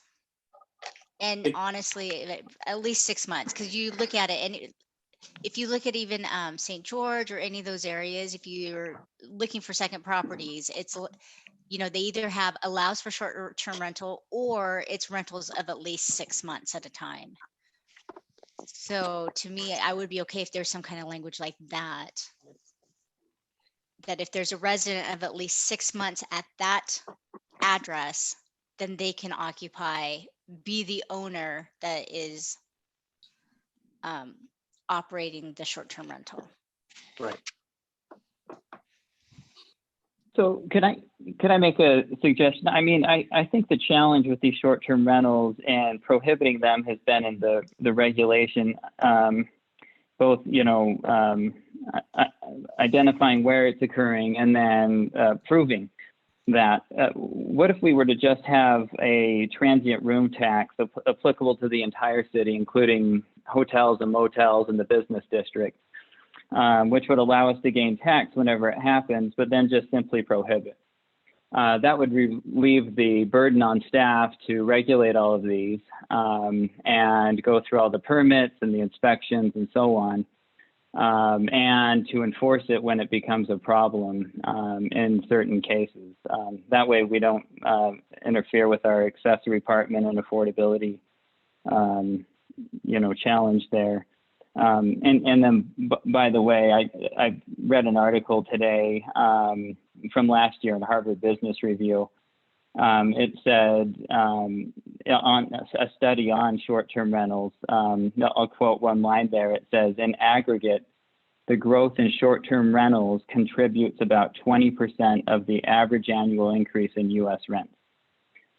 So there is a material impact, and it did increase home prices as well to a lesser degree. But could we do that? Just simply both tax and prohibit and allow us to regulate this or prohibit these effectively, and not have these showing up in neighborhoods here and there.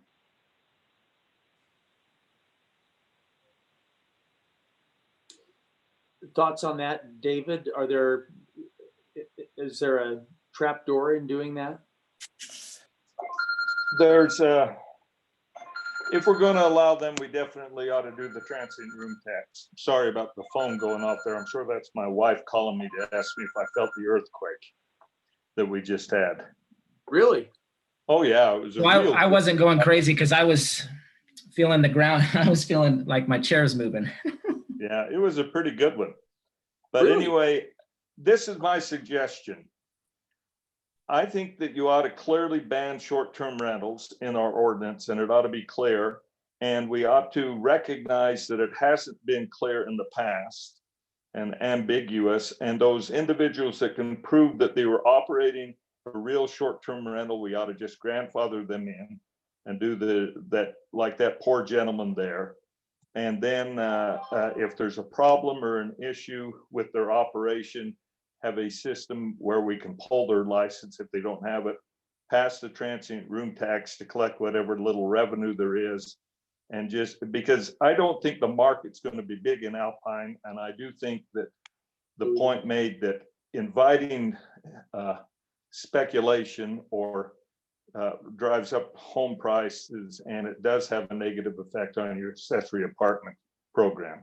But there are some people who've been honestly operating them within our ambiguity, like that gentleman who came up, that we ought to recognize and not fight with. But that's just my suggestion as the attorney. I like this suggestion because it addresses really everything that we're looking at. We don't want to negatively impact the rental market. We don't want to negatively impact or artificially inflate real estate values. And we want to harvest tax money from anything that does exist. And I think it's, to David's point, if we recognize that we have been ambiguous in the past and continue to allow those who have been operating legitimately, then I don't know that, does anybody here believe that we're helping to create any type of industry here by allowing owner-occupied short-term rentals? I don't, does anybody believe that that it gives us the city any long-term benefit? I don't see any. Yeah. So to David's point, if we disallow them and allow those who've been doing it to grandfather to continue to operate, I don't think we're hurting anyone by doing that. We're not ruining an opportunity for anyone.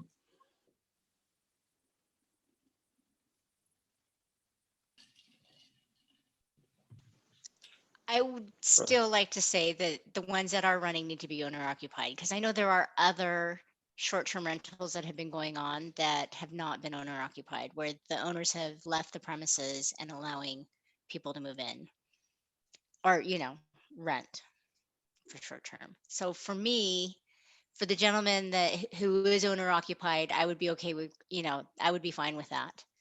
But with the others where there have been issues, that is what I would assume is what we're banning. Is that correct? Well, we've taken the position that they've always been banned. Okay. People have pointed out that our ordinance isn't as clear as we would like to have it, and that they think they have an argument with us. Okay. We frankly have had very few complaints over the years, even though we know that people have been renting some of their houses on it. We need to amend our ordinance to get rid of the ambiguity, if we're going to ban them, and then be prepared to fight with the people who think that they have some kind of grandfathered right, is all I'm saying. Okay.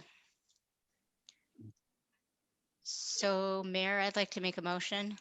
Okay. I move that we pass ordinance 2020-02 to not allow short-term rentals in the city of Alpine. Okay. Do you think that covers everything, including the Yep. grandfather? Okay. Yep. Okay. Do we have a second on the motion? I'll second. Okay, so we have a motion by Carla Merrill, second by Greg Gordon. Any further discussion on the motion? Jason, do you have anything?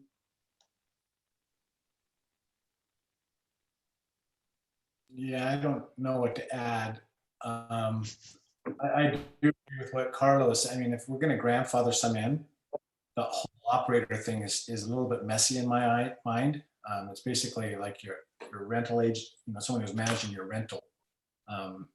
But if we're going forward with this, are you saying, just a point of clarification, Carl, are you doing anything with relationship to the grandfathering, or are we just saying that that's outlawed as well? Is that administrative? Is that something staff would handle? Well, what would happen is we're going to ban them. If people think that they've got some grandfathered right, we're going to make them prove it to us and fight with them, like any other non-conforming use. There's nothing in the current ordinance that grandfathers anybody. Right. Right, but I feel like if that gentleman came in, he would be able to make a case for it, and that's fine. Yep. So that's why I didn't feel like we needed to have anything else. I think the ordinance is fine the way it's written. It clarifies it. If he wants to come in and make a case, I think he has his right to do that and probably has a very good case. But as far as the ordinance, I think it should be passed as written. No, that makes sense. Since we've never had an ordinance that allows it, then nobody has to be grandfathered in. I mean, I know we have never had language that says they are allowed. So we're not necessarily changing. Right. And in fact, we've had language that we believe says that they are not allowed. Right. But people have pointed out ambiguities to us, and we're willing to defend the past ordinance, but we'd like to clarify by passing the current one to make sure we don't have the fight in the future. Okay. Lon, did you have anything? No, I'm good with what I'm hearing. Okay, Greg, sorry. Mayor, just a question. So I guess as a follow-on in a future meeting, we could pass a transient room tax of say 1 or 2% or something in a just a generic form. Yeah, we're to limited. accompany this. Yeah, we're limited to 1% Was it on one? the room tax. Okay, got it. Thank you. But that would be a separate agenda item, I believe, and have will that require a public hearing as well, David? No, but it's a fairly formal ordinance and then a notice to the state tax commission and a few things like that we do. So. Okay. All right, so we have a motion on the table to disallow or not allow short-term rentals. Motion was made by Carla, it was seconded by Greg. Without any further question on the motion, we'll take a vote. All in favor, sorry, not all in favor. Carla, your vote? Yay. Jason, No. you're voting no? Yes. Okay. Greg Yes. and Lon. Yes. Okay, so the motion passes 3-1.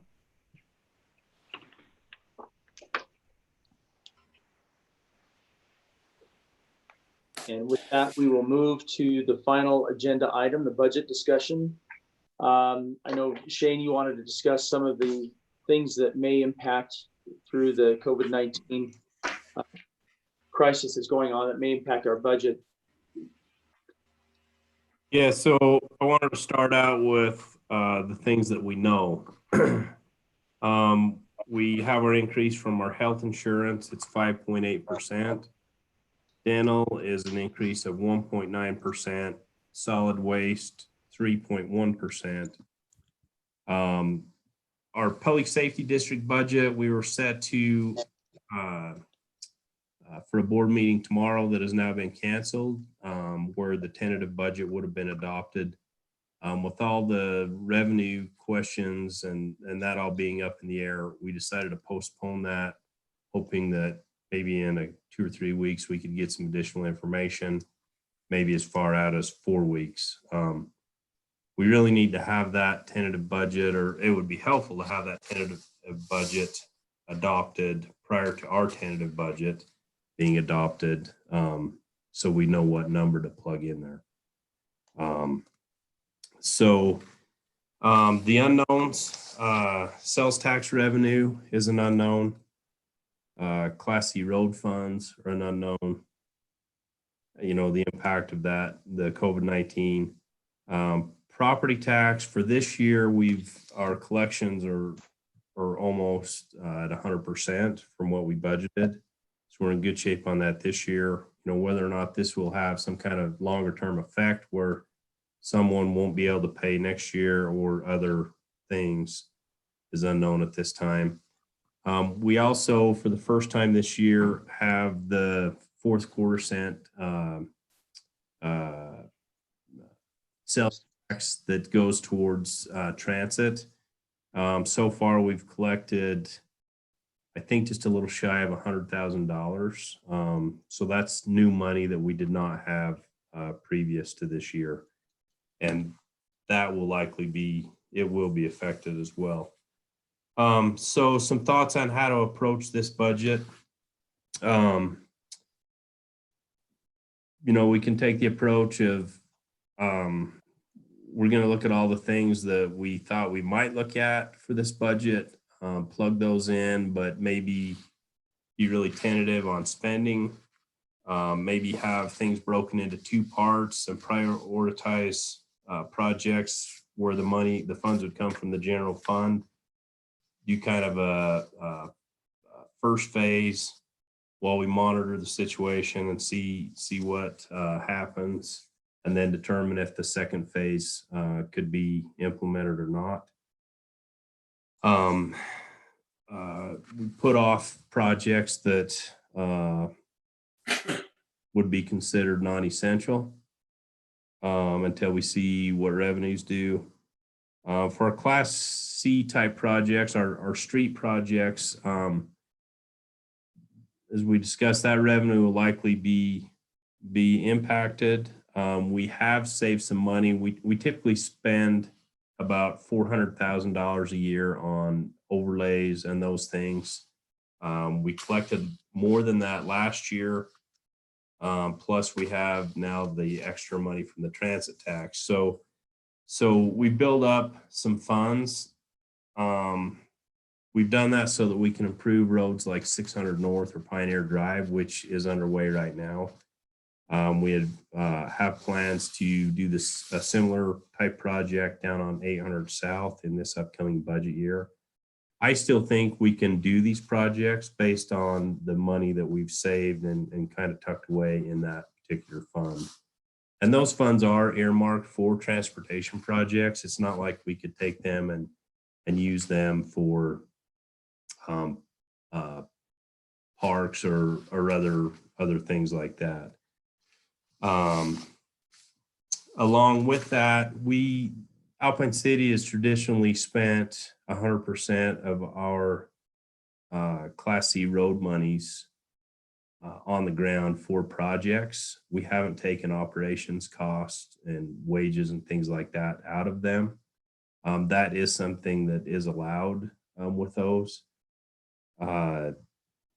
We've just used other general fund monies for that. So if it came down to it, we could offset some of the money that would typically come from non-Class C general fund money to help with operations in the streets, and have something to fall back on there.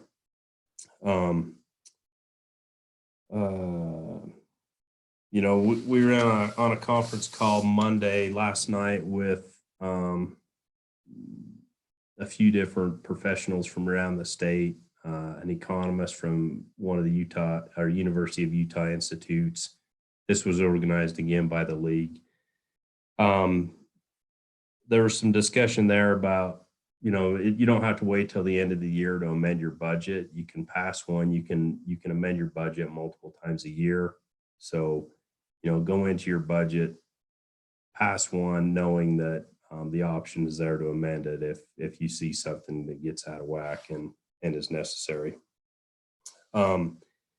We have had a request. I think I sent the mayor an email on this, and I know all of the cities have received this in this area, but Wasatch Mental Health, there's some kind of connection with the state on this. They requested $25,000 a year for 3 years from each city to get a North Utah County facility in place. And that, I understand the need, but I think a lot of cities are going to have a tough time, especially the smaller ones, on a year in a situation like this that's such an unknown. So that is a request that's out there. So with that, you know, we're working on cost estimates for projects that we thought would be considered. I had a couple of emails from council members on some projects to consider that we're working on costs, and that most of those, like parks related projects, would be from general fund money. So anyway, they may have to be put on hold for a bit. Anyway, does anybody have any questions or concerns or things you'd like us to look at as we get a little bit deeper into this budget?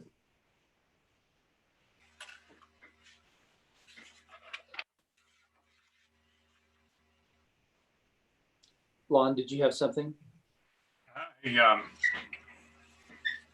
just think that as we move, we need to have the public safety deal together. When again did you say you're going to reschedule that meeting? So knowing that the state is working on, I'm sure they're working with the tax commission on some projections. They, like I said before, there's a 2-month lag from the time somebody buys something to when we actually receive that money. I'm assuming the tax commission gets that money earlier and it takes a while to process and split it up and do all those things. So they would have that information before anyone. So the league's really doing everything they can to work with them on projections to help all the cities, because we're all in the same boat as far as trying to project revenues and work on budgets. There's even been some discussion and requests to the governor that there be some kind of an order that would push back the timeline from which we have to adopt our budgets based on state law. Okay. These increases you talked about, insurance and such, when are they in the next budget year? Yes, that takes effect July 1. Okay, all of the ones you mentioned were increases. Yes, that's correct. And these increases are a result of all that's going on as well? Oh, they're typical. Well, it sounded like they were substantially more, 3%. Some of them in the past have been, 1.5 and. So our contract on garbage, for example, it's tied to a consumer price index for the increase. And the last 2 or 3 years, it's been right around the 3% mark. Okay. Yeah. Okay. And now we're passing on now. Yeah. As far as our insurance goes, a lot of others I know have been looking at higher increases than what we've had. And, they're in the process of kind of working that down. And honestly, from what I'd heard, I felt good about our 5.8% increase. Okay. All right. Chief William and Chief Thompson, you guys, I'm sure, have been dealing pretty heavy and trying to figure things out within your own organizations. What's happening in your minds on this? Are you talking or asking about the budget? Yeah, budget, because it was obviously a big impact on us this past year as we passed did a tax increase to cover some things, and now with this other stuff going on, costs are not going down at all. And so what's happening in your arena? So in our arena, obviously, officers still need to come to work, and I know Chief Thompson will probably speak to the same thing about his staff. And so, the costs aren't going down. We have had discussions with Shane and the other city manager from Highland, and we've talked about possible cuts and things that need to be paid attention to. But again, I don't think we have our arms around exactly what's going to happen. And so we're just kind of, it's one of those wait and see type of deals. Okay.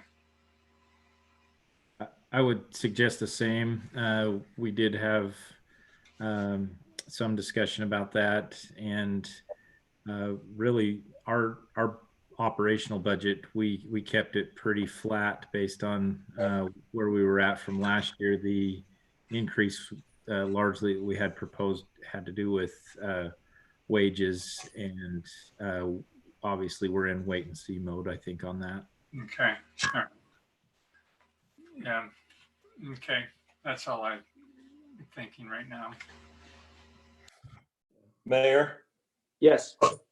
to Shane's point, currently under the state law, you and Shane are to present your tentative budget to the council on the first meeting in May, and then set a public hearing date after that, and then adopt by June. As Shane was saying, there's no harm in just doing your best guess, adopting a balanced budget, and assuming, as I think we all are, that you're not doing a property tax increase. You can adopt everything and be final at the end of June. And then if the projections are wrong or if things are wrong, you can open and amend the budget as often as you want during the budget year. So other than the fact that we all acknowledge we're going to be dealing with numbers that we're not sure of, there's nothing that keeps us from just moving forward with our budgeting and doing even if we just submitted the same as last year's budget on everything and went forward and got it adopted, it'd be no harm to us, if that makes sense. Yeah, it does. And especially with so many unknowns right now, it feels like that's really the best route. Yeah. Yeah, so something we've talked about, and most cities are looking at this as well, is, there's typically some kind of a merit increase. We've looked at just covering the increases in insurance and those things right now and taking a wait and see approach on these other things.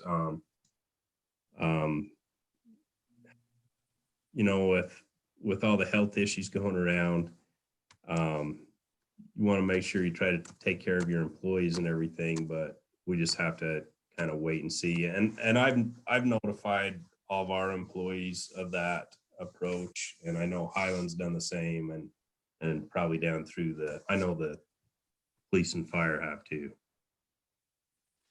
So.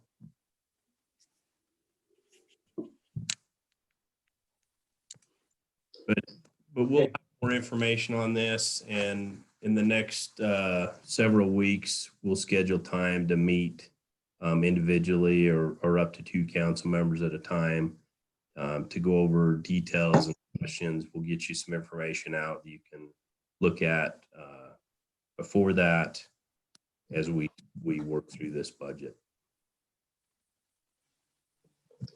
It's going to be here before you know it. That budget thing sneaks up on me every year. And with all I've not had as much time as I wanted to lately to work on it, because every time I turn around it's something else, COVID-19. Yeah. So, but it's going to happen. It won't be as complicated as last year because we won't have a tax increase proposed and those things. So it should go relatively well, I think. Okay. Any other questions on the budget process? Okay. Thank you, Shane. Yeah. We'll move on with staff reports.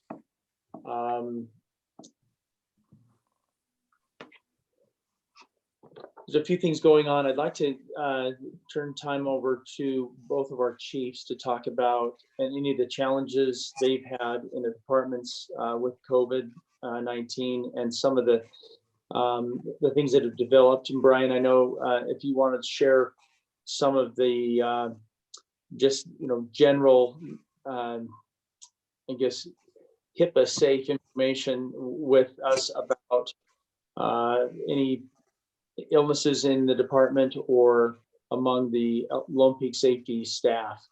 That would be great. Just kind of bring us up to speed on anything that's happening there. And both the chiefs and I had conversations today talking about our preparedness level and what's happening with their supply line, their protective gear. And I think we're in really good shape. So I'll just turn the time over to first Brian to discuss police, and then over to Reed for the fire department. Thank you, Mayor. I appreciate the couple of minutes that I'll kind of tell you what's going on within the police department. We do have enough personal protective equipment that's all been issued to our officers. There are a few things that we're a little short on supply, but we're expecting shipments to be here shortly. So, but every officer that's out on the road, and each officer has have the things that they need. We do have 2 officers that right now that are home and are being quarantined. One has tested positive for COVID-19. The other was his partner and has not showing any signs or symptoms, has been tested but hasn't gotten his results back yet. But they are both home. I've spoken with both of them. Both of them are doing well. It wasn't something that initially was contracted while they were at work or on duty. It was contracted by a family member that was living with one of the officers. So, but all is well on that front. Thankfully, with the minimum staff that we have, it's just the 2 officers right now, and we're still able to keep coverage on the road. As you know, school is out, so we're able to utilize our school resource officers right now, and so things are well. The things that we are dealing with the police department across the board, I talked to my colleagues across the state, and the call volumes across the state are down. People are just not out and about. There's not a lot of interactions going on with law enforcement right now. And when I say that, the things that should be being taken care of by law enforcement are being addressed and handled. But we're not receiving the calls that we typically do, simply because people are staying home and are not out and about. So other things that we have been dealing with, we get a lot of phone calls with people that are concerned about others not maintaining their social or physical distance.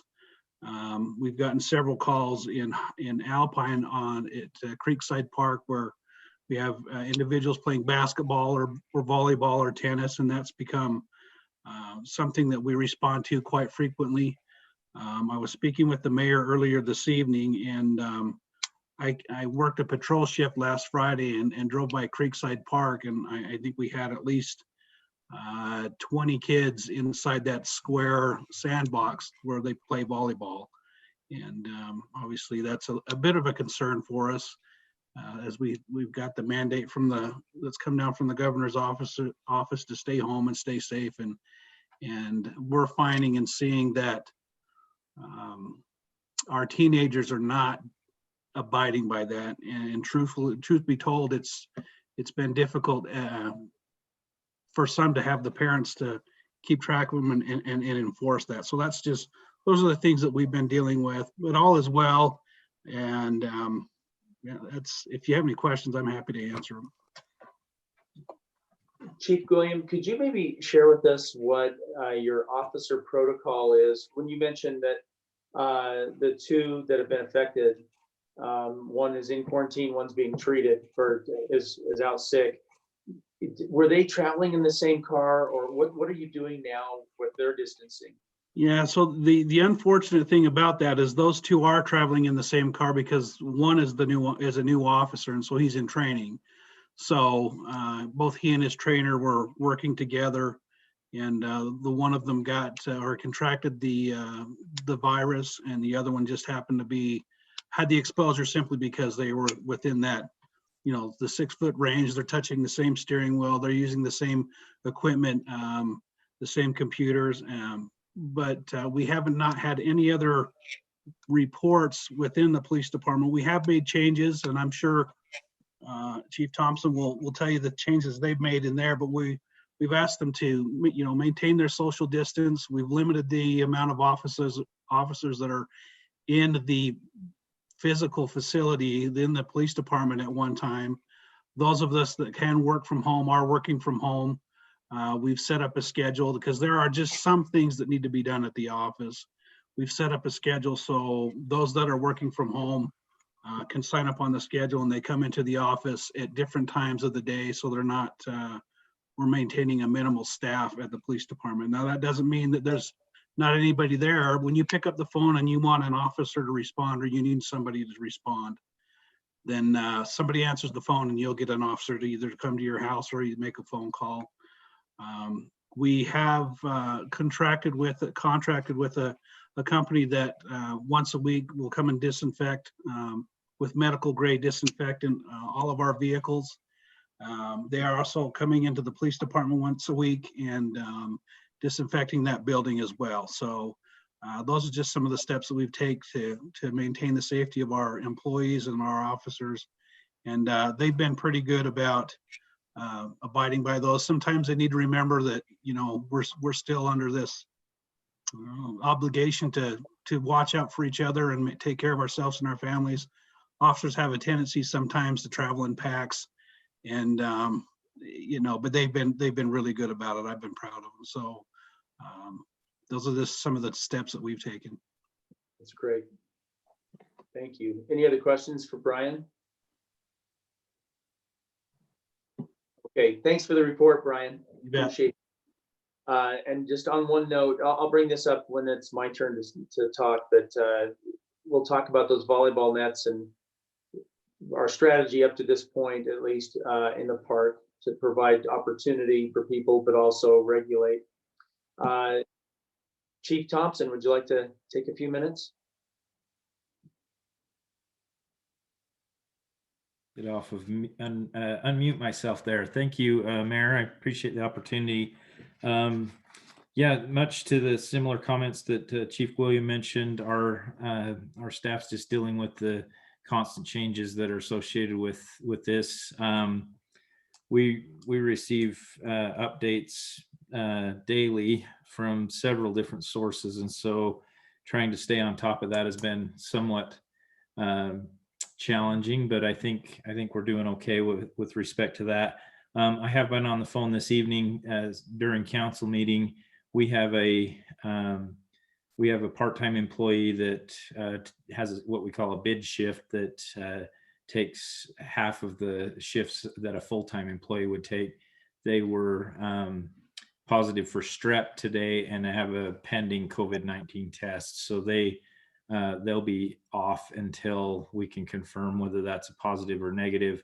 And mentioned to Shane and Nathan earlier this evening that the other challenge associated with that is that particular individual also roommates with one of our full-time employees, and so in the same apartment. And so until we have a positive or negative, we've placed them on isolation as well. So much like the police department, we think it was probably a matter of when rather than if. Our staff's affected just because of the number of contacts that they have with the public and whatnot. We have implemented a general order and have had updates to that as the situation has changed that goes out to staff. We've made some adaptations to our ambulance to keep the cab separated from the patient compartment so that we can keep a clean cab.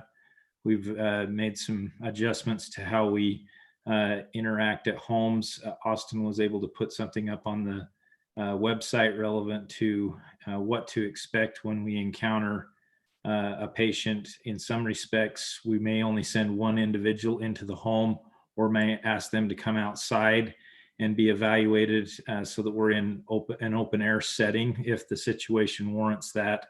And so our process has changed there. The reason for only sending one is to somewhat, the others will remain outside until needed, but until a further evaluation can be made there, unless it's a critical patient. And the intent behind that is to preserve and reduce the amount of PPE supplies that we go through. And so we're conscientious of that. The other challenge we've had is each of the care facilities or hospitals that we interact with, they all have they have similar rules as far as how they receive patients, but they're all slightly different. And so just trying to make sure our staff is up to speed on what's going on there and how that changes on a daily basis. To their credit, they've been trying to coordinate with one another, even though they're separate healthcare systems, so to speak. They've been trying to streamline that process and make it more user-friendly for the EMS personnel coming in to the facilities there. We have a weekly update from the Utah Department of Health and the lead doctor that's associated with that process. And that's a Google chat that we can all call into, and we receive new updates and direction from the Department of Health and the Bureau of Emergency Medical Services and Preparedness. And that also allows us to interact from our, I guess, the local level, pushing information back up as to what protocols may need to be changed. For instance, with respect to a cardiac arrest, some of the protocols have changed regarding that process and how we would interact with a pandemic situation versus normal activity. And there's been some additional guidance that have been pushed out. As it relates to the disinfection that Chief Williams spoke of, we have a similar process in place, and really are appreciative of a couple of the board up type companies, the disaster cleanup companies, they did our apparatus and station last week, and there was no cost associated with that. We don't know that that's going to be the scenario going forward for us, but at least at this point, they've indicated as we have patients that are symptomatic, they're happy to come out and disinfect and help do more than a spot disinfection of the apparatus. And then the only other, I guess, real item that may be a change in Mayor, I mentioned this to you earlier. The governor pushed out with some of his information late last week that the burn permit or open burning window that typically runs from March 30th through May 30th, he's asked that that be pushed back to May 1st. And the intent behind that is they just are concerned that if we have prescribed burns or any open burning that for whatever reason get out of control, that they're bringing now fire resources in and additional personnel that have to be in close contact with one another. And so they're trying to reduce some of that. We'll kind of play that by ear a little bit and monitor that, but our intent is to follow the direction provided by the governor there.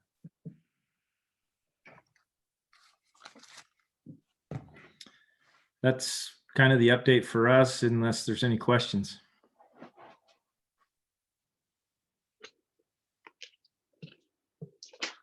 Thank you, Reed. Yeah, when Reed and I spoke earlier today, he had some good things I'd like to visit with you about, Shane, later on. Okay. To build maybe greater protection over the people working at City Hall that I think will maybe help our chances of keeping this thing under control, at least in Alpine. It's interesting, and we don't know, we're not told where cases are specifically. I think we discussed in our last meeting, I believe, I'm getting all my meetings mixed up now, that there is a way for COVID cases to be identified in the community for first responders only. Because of HIPAA regulations, that information is not allowed to be dispersed to anyone, but in some cases, first responders, and it comes through our 911 dispatch. Those identifications are made there. I've actually had well, I'll just take a few minutes now to give you my update. Every Monday, there is a conference call between the Utah County mayors and county commissioners and the Department of Health. As of yesterday, and Reed, you can correct me on these numbers because I know they changed today, but as of yesterday's meeting, we had a total of 328 cases in Utah County. We had a total tested of 5,960. Of those cases that were identified, 18 patients were hospitalized in Utah County and 6 were in ICU. And we've had a total of 3 deaths. Originally, it was reported that we had 4 deaths in the county, but they reclassified one of those deaths as non-related to COVID-19. So that helped our statistics. Obviously, it doesn't help that family, but it does help us identify that the problem here in Utah County, at least as, again, these are numbers as of yesterday morning during that conference call, we're looking quite a bit better than Salt Lake County, for example. Salt Lake County has roughly twice the population that Utah County does, but they have 4 times the number of cases. So the proliferation is a little bit less in Utah County. And, you know, the Department of Health pointed out we can't be too proud of ourselves yet because there's still a long ways to go. But the good news is we seem to be trending a little flatter than some of our neighboring counties. Of course, all that hinges on how diligent we are at maintaining good distances and good protocols for sanitation and making sure that we're being as safe as we possibly can. We talked about, so going back to the volleyball nets that Brian discussed. It sounds like volleyball is probably our biggest challenge. Shane takes calls and I take calls. We take calls all day long from people concerned about the crowds gathering in the park.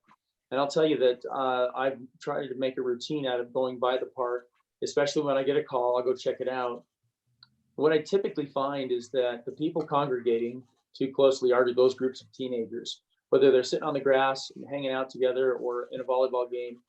They've always been very friendly and responsive when I've kind of asked them to disperse a little bit.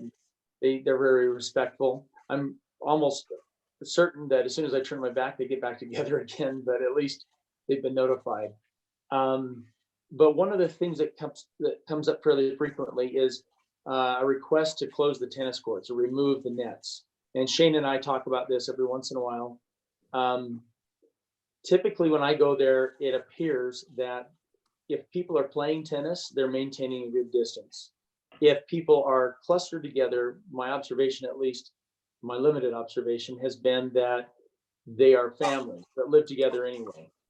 People that are under the same roof and they're they're exposed to one another on a routine basis anyway. Mothers and their children, dads and their children. And so I have not felt motivated to close down the tennis courts because I feel like it's an opportunity to recreate and maintain some distance. Now that's kind of a moving target. That may not be the case all day long, but that's why we've left them open until now. And Shane, you can chime in anytime you want on that topic as well. But I think there may be a difference with the volleyball court. Maybe the volleyball section needs to be, or the net needs to be removed. Any thoughts, Shane? Yeah, we've had both positive and negative comments. I received an email the other day thanking the city for allowing opportunities like pickleball and tennis courts so people can get out of their house. And then there are the others. I can't believe the city's allowing this to happen. And I think the mayor asked the mayors of other cities in the county the other day how everyone is approaching that, and you can share with them what you found out there. Yeah, the cities were about 50-50. There were some cities like Orem, they have gone in and shut down everything. They've taken all the nets out of the tennis courts, the standards off the basketball courts. They've really gone the extra mile to shut down that opportunity. And then you have others like us that have left things open, and we watch it and try to make sure that there's no gross violation. On that call yesterday, that was the question I put out to all the mayors, and they all gave us feedback. And then Commissioner Ainge chimed in. He lives right next to Creekside, and he chimed in with his own observations. And he said he was glad that we've left things open because he had also observed that for the most part, the governor's requests have been respected there, with the exception of the little gatherings of the teenagers that don't seem to either be aware of it or take it seriously. But he expressed that he was happy that people still had that recreational opportunity. People need an outlet, and not everybody can go on a mountain bike ride or go for a run. Some people just need to get out into an open space and be able to enjoy the outdoors.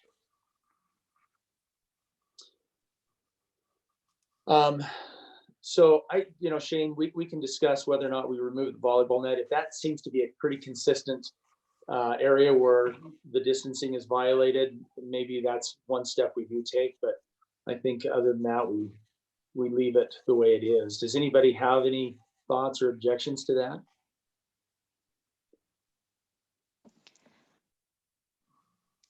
Okay. Some of you may have seen in the news line that I kind of made a little announcement. I put together a committee. Now I will say we haven't met yet because we're having such a hard time coordinating times and schedules. But I've put together a committee, and I'm calling it the advisory committee on COVID-19. But it's something that I think I'd like to carry into the future, even when we're past this initial crisis. There will be other things that come along, threats to our safety, threats to our health. And I think it's a good idea to have a committee of people that can help us from a very local perspective, keep track of what's happening and the things that we can do, the measures we can take to help protect our people. And so right now that advisory committee consists of the following people, both Chief Brian William and Reed Thompson, our fire and police. Reed is going to bring us an EMT that will also be one of the first responders. He'll sit on the advisory committee as well. Brian Lines, who's the CEO of Lone Peak Hospital out on the freeway. Dr. Scott Van Wagner, who is an emergency doctor at American Fork Hospital. Dr. Peter Sundwall, who is a family doctor here in town. Shane and myself, and we'll have some of the city council be involved as well. So that committee is really what I want that committee to do, is to be able to give us a very localized take on what's with COVID-19, to make local observations on things we can do as a community to further protect our citizens, and also help keep us abreast of the best and latest standard procedures to help protect cities. And so I'm looking forward to the first meeting. I'm trying to have individual conversations with each of these committee members until we can get together as a full committee. Any questions on that? Mayor, not a question, just a comment. As you'd asked me to maybe look at one of the other staff member, as I gave that some more thought, we have a medical director that we have through contract for the district, and probably rather than having another EMT or paramedic, I would suggest that we include Dr. Cowan as part of that group rather than the paramedic. Yeah, I totally agree. That would be great. I don't think I have his contact. Didn't Scott Van Wagner used to occupy that position? He did previous to Dr. Cowan, and I'll send you his contact information. He lives in Highland currently, and but I'll get his information. Awesome, thank you. Great suggestion. So as I mentioned earlier, I think we'll get through this COVID-19 situation, and hopefully it doesn't rear up again the way everyone's afraid that it will. But I'd like to keep that committee together to just go over general safety and action plans for our city in the future for anything else that might pop up. So thanks to both of our chiefs for being willing to be part of that group, and Shane as well. And just one last point. And I think we're all aware of this, but I think it's good to remind people, we are, and this goes to the people who call to complain about gatherings, call to report others. We need to keep in mind the balance that we're trying to strike. It's very important. It's critically important that we take the corrective measures to make sure that we're all safe, that our residents are safe, and that we do our part in maintaining distances. But we also have to remember that the governor has issued a directive. It's not an order. And so right now, there's not a lot of legal teeth in the directive. It's a request, and it's a good one. And so far, I think part of our numbers that I talked about earlier in the county are a result of people complying and people taking it seriously. I think Utah is singled out almost on a daily basis by the press as being one of the 9 states that does not have a directive or an order in place, but we do have a directive that I think is very close to being as effective as an order. But I think it's got a little bit of a softer government hand, and I think that's really the attitude that we need to take with this. Is we're trying to protect people, we're not trying to manage people. And so with that, I'll turn the time back over to the staff for staff reports. Shane? Okay, so just a couple other things on COVID-19 from our operation standpoint. So Austin's been working at home, not all the time, but quite a bit of the time. Thanks to him also for helping with this Zoom meeting setup. Our other staff, we kind of split every other day, working from the office and then at home. It's hard when you have a small staff, and a lot of the tasks that we do are difficult to do at home, but we're doing the best we can there. But we thought if we split up somewhat, that if someone tested positive, hopefully it wouldn't completely wipe everyone else out and have us all quarantined. So we're doing the best we can there. With our public works guys, we just have them all working individually still as much as possible. I think everything's been being handled. I haven't received a complaint saying, hey, the city's not taking care of this or not taking care of that. It's a little bit different, but I think everything's working well. Let's see. So I'll mention, I discussed with the mayor today, and he had already been on this. The Memorial Day program will be canceled. They're looking at potentially doing a Veterans Day program in November in place of it. The Trail Day is postponed until June 6th at this point. With Alpine Days, the mayor and I discussed this. I've asked our Alpine Days chairman, Melanie, to look at what a scaled back version of Alpine Days would look like with some of the larger events not being part of it. And she's getting that ready so that the mayor and I can meet with her. And depending on what happens, that plan could even be changed. Cities across the state are dealing with this. Some of the earlier events have been canceled already. Others are like us in Highland, and some of our neighbors have later events or just kind of waiting to see what the future brings. We have, on a different note, we have had a little bit of an issue with dump passes. So we're not part of the North Point Solid Waste District anymore. We got out, or were asked to be out several years ago. Ace Disposal has a cheaper alternative for depositing our solid waste. So it's worked out fine. There's been a transfer station on Geneva Road called Dunn's. Our residents have been able to go there for $7. They could dump up to 500 pounds of waste. That facility is closed. They're in the process of opening another one up. It is open, but not to the public. So right now, if someone takes the same load of garbage to North Point, they typically get ridiculed because they're from Alpine and charged $22 instead of $7. The $7 dump pass once a year per household, we have covered that. And so we've had several calls on this. Last year we probably issued about 150 of these. So that's something that we're looking at. I think that North Point is organized by the county commissioners as a special service district. I don't think they would appreciate them ridiculing someone who is a non-member from a non-member city.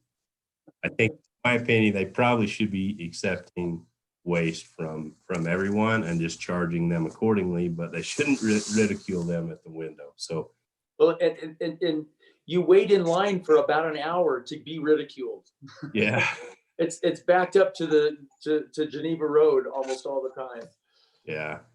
And I mean, just an example with our street sweepings, with the newer, it's been several years, but the EPA regulations, we've looked and analyzed our costs of hauling them to North Point versus going clear to Fairfield.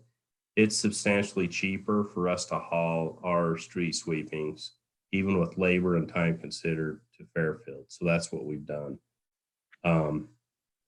If someone has just a little pickup load of garbage from cleaning up their yard, they probably don't want to drive clear to Fairfield, but it's something we'll work on.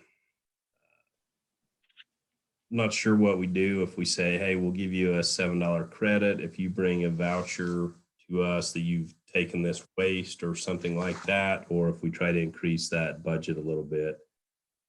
We're already over by just a little bit on what we had planned on that line item for this year. I just wanted to make you aware of that.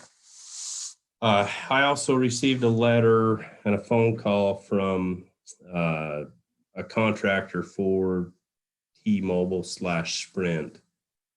They have merged, and they're kind of looking at their business model and wanting to get their finances in order. So they're sending out to all cities and entities that have their towers or that, they lease from, that they need to renegotiate their fees. So they provided two options, and I'll send out the exact dollars on those. But one is a one-time lump sum payment. It's like $250,000 or something close to that.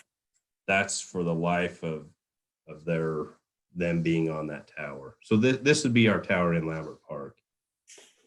The other is a lesser fee than what they're currently paying. More in line with what we negotiated with Verizon. So that contract was pretty good, probably better than most that I had seen when I kind of surveyed others. So that's something that we'll bring to the council as well. Also, just on this, we actually, while we're in this meeting, got a Facebook message. Residents, there's a lot of people out and about in our parks and things. They're questioning when the restrooms will be open. There's a few that we keep open all year, but we don't have heat in a lot of these. We typically open them April 15th, but last night, well, this morning at my house, the temperature is 24 degrees, and I actually got a call tonight that we had a broken water line that my kids had to fix. So that will probably be postponed for a few days until it warms up a little bit more, and then hopefully we'll be out of the woods on colder temperatures and be able to open those up. And then the hope is that we can, there's a couple issues with that. We're not set up to clean them probably to the extent we should for this COVID-19 issue. So the question is, do we leave those closed and not provide that amenity to the residents for a time, or what? And then there's the shortage on toilet paper, which our supplier, it's an issue as well. So if you see me walking out of Macy's with a 6-pack of toilet paper, you know we started running short. So that's something we probably need your input on. We just leave those closed for a while, or how we should handle that. It makes sense to close them, keep them closed just from a safety perspective. I think there may be some reaction to that, which we may not like, that might create a mess outside the bathrooms, but hopefully that'll be limited. Yeah. So ones that are open at Creekside Park, the restrooms are open. Smooth Canyon Park, and the vault restrooms that do not have running water up the north end of Lambert Park, one at the Bowery and one by the rodeo grounds, they're open as well.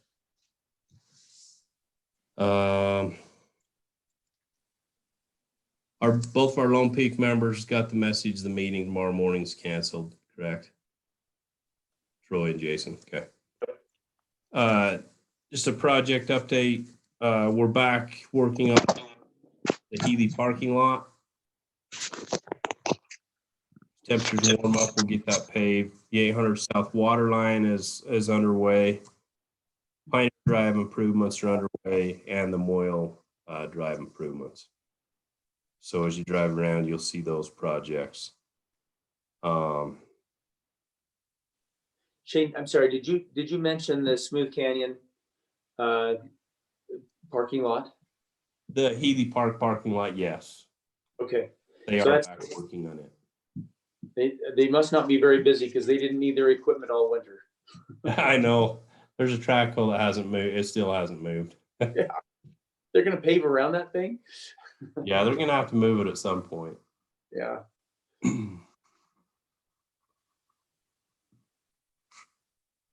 I think those are all the things that I have.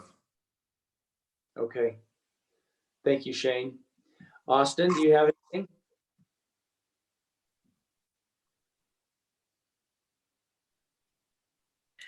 There you go, Austin. Sorry, I was muted there. Sorry. Took me a second to find the button. Let's see. We have a new subdivision that's looking at concept right now. It's at the north end of Whitby Woodlands area. Used to be the, I'm trying to remember who used to own that property, but basically it's just a small little subdivision. It's 5 lots up at that north end there. We received a application for plat amendment for Summit Point. And so we're looking at that right now and reviewing those documents as staff. And let's see, I think that's just about everything that I have for the city council at this time. Okay. How are we looking on number of building permits so far this year? That's a good question. I don't know the running tally on that, but I think we've had 33. 33 so far? Yes, for this fiscal year. Okay. All right.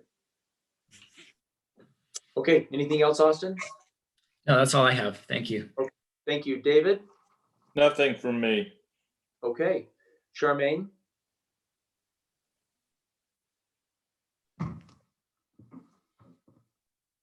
Charmaine on perma mute. Oh, no, I don't have anything. Okay, all right. Did I miss anybody? Okay, well, that's all I have as well. Is there anything else that needs to be said before we have a motion to adjourn? Hey, Mayor, can I just bring up one more thing that I'm working on? You bet. So I got a phone call today from Dave Perdue. He's the principal at Alpine Elementary. I think you've all seen the videos of teachers that are driving around neighborhoods and saying hi to their kids that are in their classes that they're not seeing on a daily basis, just as a feel good.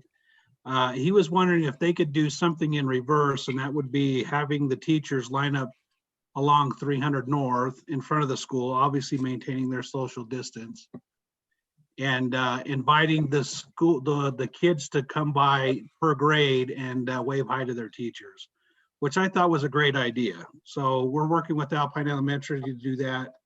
And, we're giving some direction to send out to the parents to not have the kids get out of the cars or things of that nature, because it'll just create a traffic jam. But that's something that you'll probably be seeing within the next week or so. That's a great idea. Yeah, Okay. I thought so too. Yeah. That's it. Just wanted to update you on that. Thank you, Brian. All right. Yep. Hey, Mayor, a quick question. I just wanted to check in real quick. If I can. Greg, we talked a few months ago. Oh, go ahead. No, I apologize. I forgot to call on all the council members. I apologize for that. Go ahead. Just to add something quick here. We talked a few months ago about looking into a safety grade over the culvert on the corner of irrigation ditch on Village Way and Alpine Boulevard. I don't know if you've looked at that. Do you know, Shane? I know exactly what it looks like. It doesn't have a grade on right now. They're kind of double-edged swords. If we put a grade on there and it plugs, there's that the same property owner will have flooding in his basement. So yeah, there's a debate. It's a trick going on forever. Yeah, and that particular resident has volunteered to keep an eye on it and help keep it clear. So that might help. That's the balance he'd rather have, is help clear it versus try to chase the kids away that he worries are going to flip in. Yeah. From what he says. Yeah, I'll go talk. I've talked to him before, but I'll go talk to him about it and kind of go over the pros and cons. Okay, thanks. Several years ago, where someone actually drowned in American Fork. They got stuck on a grate and couldn't get off. Anyway, yeah. Pros and cons both ways, but we'll talk to him and see what. Yeah. Okay, thanks. Yep. Is that all, Greg? Anything else? Yeah, that's all. Thank you, Mayor. Okay, sorry about not thinking about you first. Okay, Lon? Just good to see all you guys again. Yeah, it's kind of nice to see everybody's face. Yeah. Wish you all the best. Thank you. Carla? Yeah, I had a question. Sorry about the Crest Trail that's kind of behind my house. That's it's the PAC property that's supposed to do it. Yep. I know they've done their lower trail, but do you know what their timeline is for the Crest Trail or the Ridge Trail, I guess? It's something we've been working with on them. I believe it's going to happen now that the weather's kind of gotten better and we don't have the mud that we had. So I think it'll be happening soon. We've had the pressure on them on some other things. The pump station on Fore Creek had kind of been stagnant for quite a while, and we've really got the ball rolling on that now. And that trail has been part of the discussion as well. Okay, and then on their lower trail, I noticed that their fencing is awfully close to the trail. Is that a temporary fence that they put up next to, it's kind of right above that, it's kind of between the first and the second cul-de-sac in that subdivision. I know that we'll put the signs up and the fence, like you have the trail, the fence, and then the sign. And I couldn't tell whether that was going to be permanent fencing or if it was going to be temporary fencing. The fence just seemed like it was really close in that one particular spot. There's a really steep grade. Yeah. And I don't know, maybe people are better bikers than I am, but when you're going uphill, I have a tendency to go like this with my handlebars. Yeah. And I would love it if they would just move it a couple of feet over. Okay, we'll take a look at that. That's it for me. Oh, and thanks for turning the pressurized irrigation on. Oh yeah, sorry, I meant to mention that. It should be, if your area is not active with pressure irrigation, it will be by day tomorrow. It's nice to have water. It's been a dry spring. Yeah. Yeah. Jason, did you have anything? Maybe I want to talk about it next time, but I do want to talk, Shane brought this up before about the slack lines that are happening in Creekside Park. I heard some of the trees. I don't know if we have a city policy on that or if they're allowed to do that. So, Jason, sorry, I had that on my list, was going to bring it up at the time I ended up dropping it off, but it is an issue. We're looking at updating signs at all of our parks with rules. We think that the slacklining, and I've talked with the mayor about this, and he's dealt with some people doing it and talked with them. We think it's a good activity. We just don't want it to hurt the trees. And so what we're looking at is installing some pipes in some of the parks where they can put their slack lines on that. They can damage the paint on the pipes or whatever happens and leave the trees. Provide that opportunity to them without the damage to trees. Yeah, Jason. We have no ordinance right now that prevents that. Is that what I'm hearing? We don't have an ordinance that prevents it, but a lot of our park rules, I don't think, are in ordinance form, to my knowledge. So be a similar thing. I don't think we have to have an ordinance to make it a park rule. Do we? I don't think so, but David might have something more to say on that. He may have gotten off. Yeah. Jason, I don't know if you've ever been down to Southern California. Some of the beach towns have these posts put into the sand specifically for slacklining. And they're very popular. And they're at a height that's not dangerous. It's just kind of a nice add-in to a park, I think. And so rather than try to get rid of the slackliners, I think it'd be good to accommodate them if we can do that without being too obtrusive in the park. Okay, that's all I had. I'm just concerned about the trees there, but I'm done. Thanks. Okay, I'll entertain a motion to adjourn. Jason, you look like you're ready to make a motion. Motion to adjourn. Second. Okay, all in favor? Aye. Aye. Aye.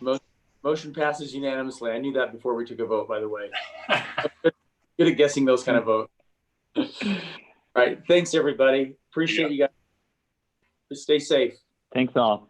Thank you. Bye-bye.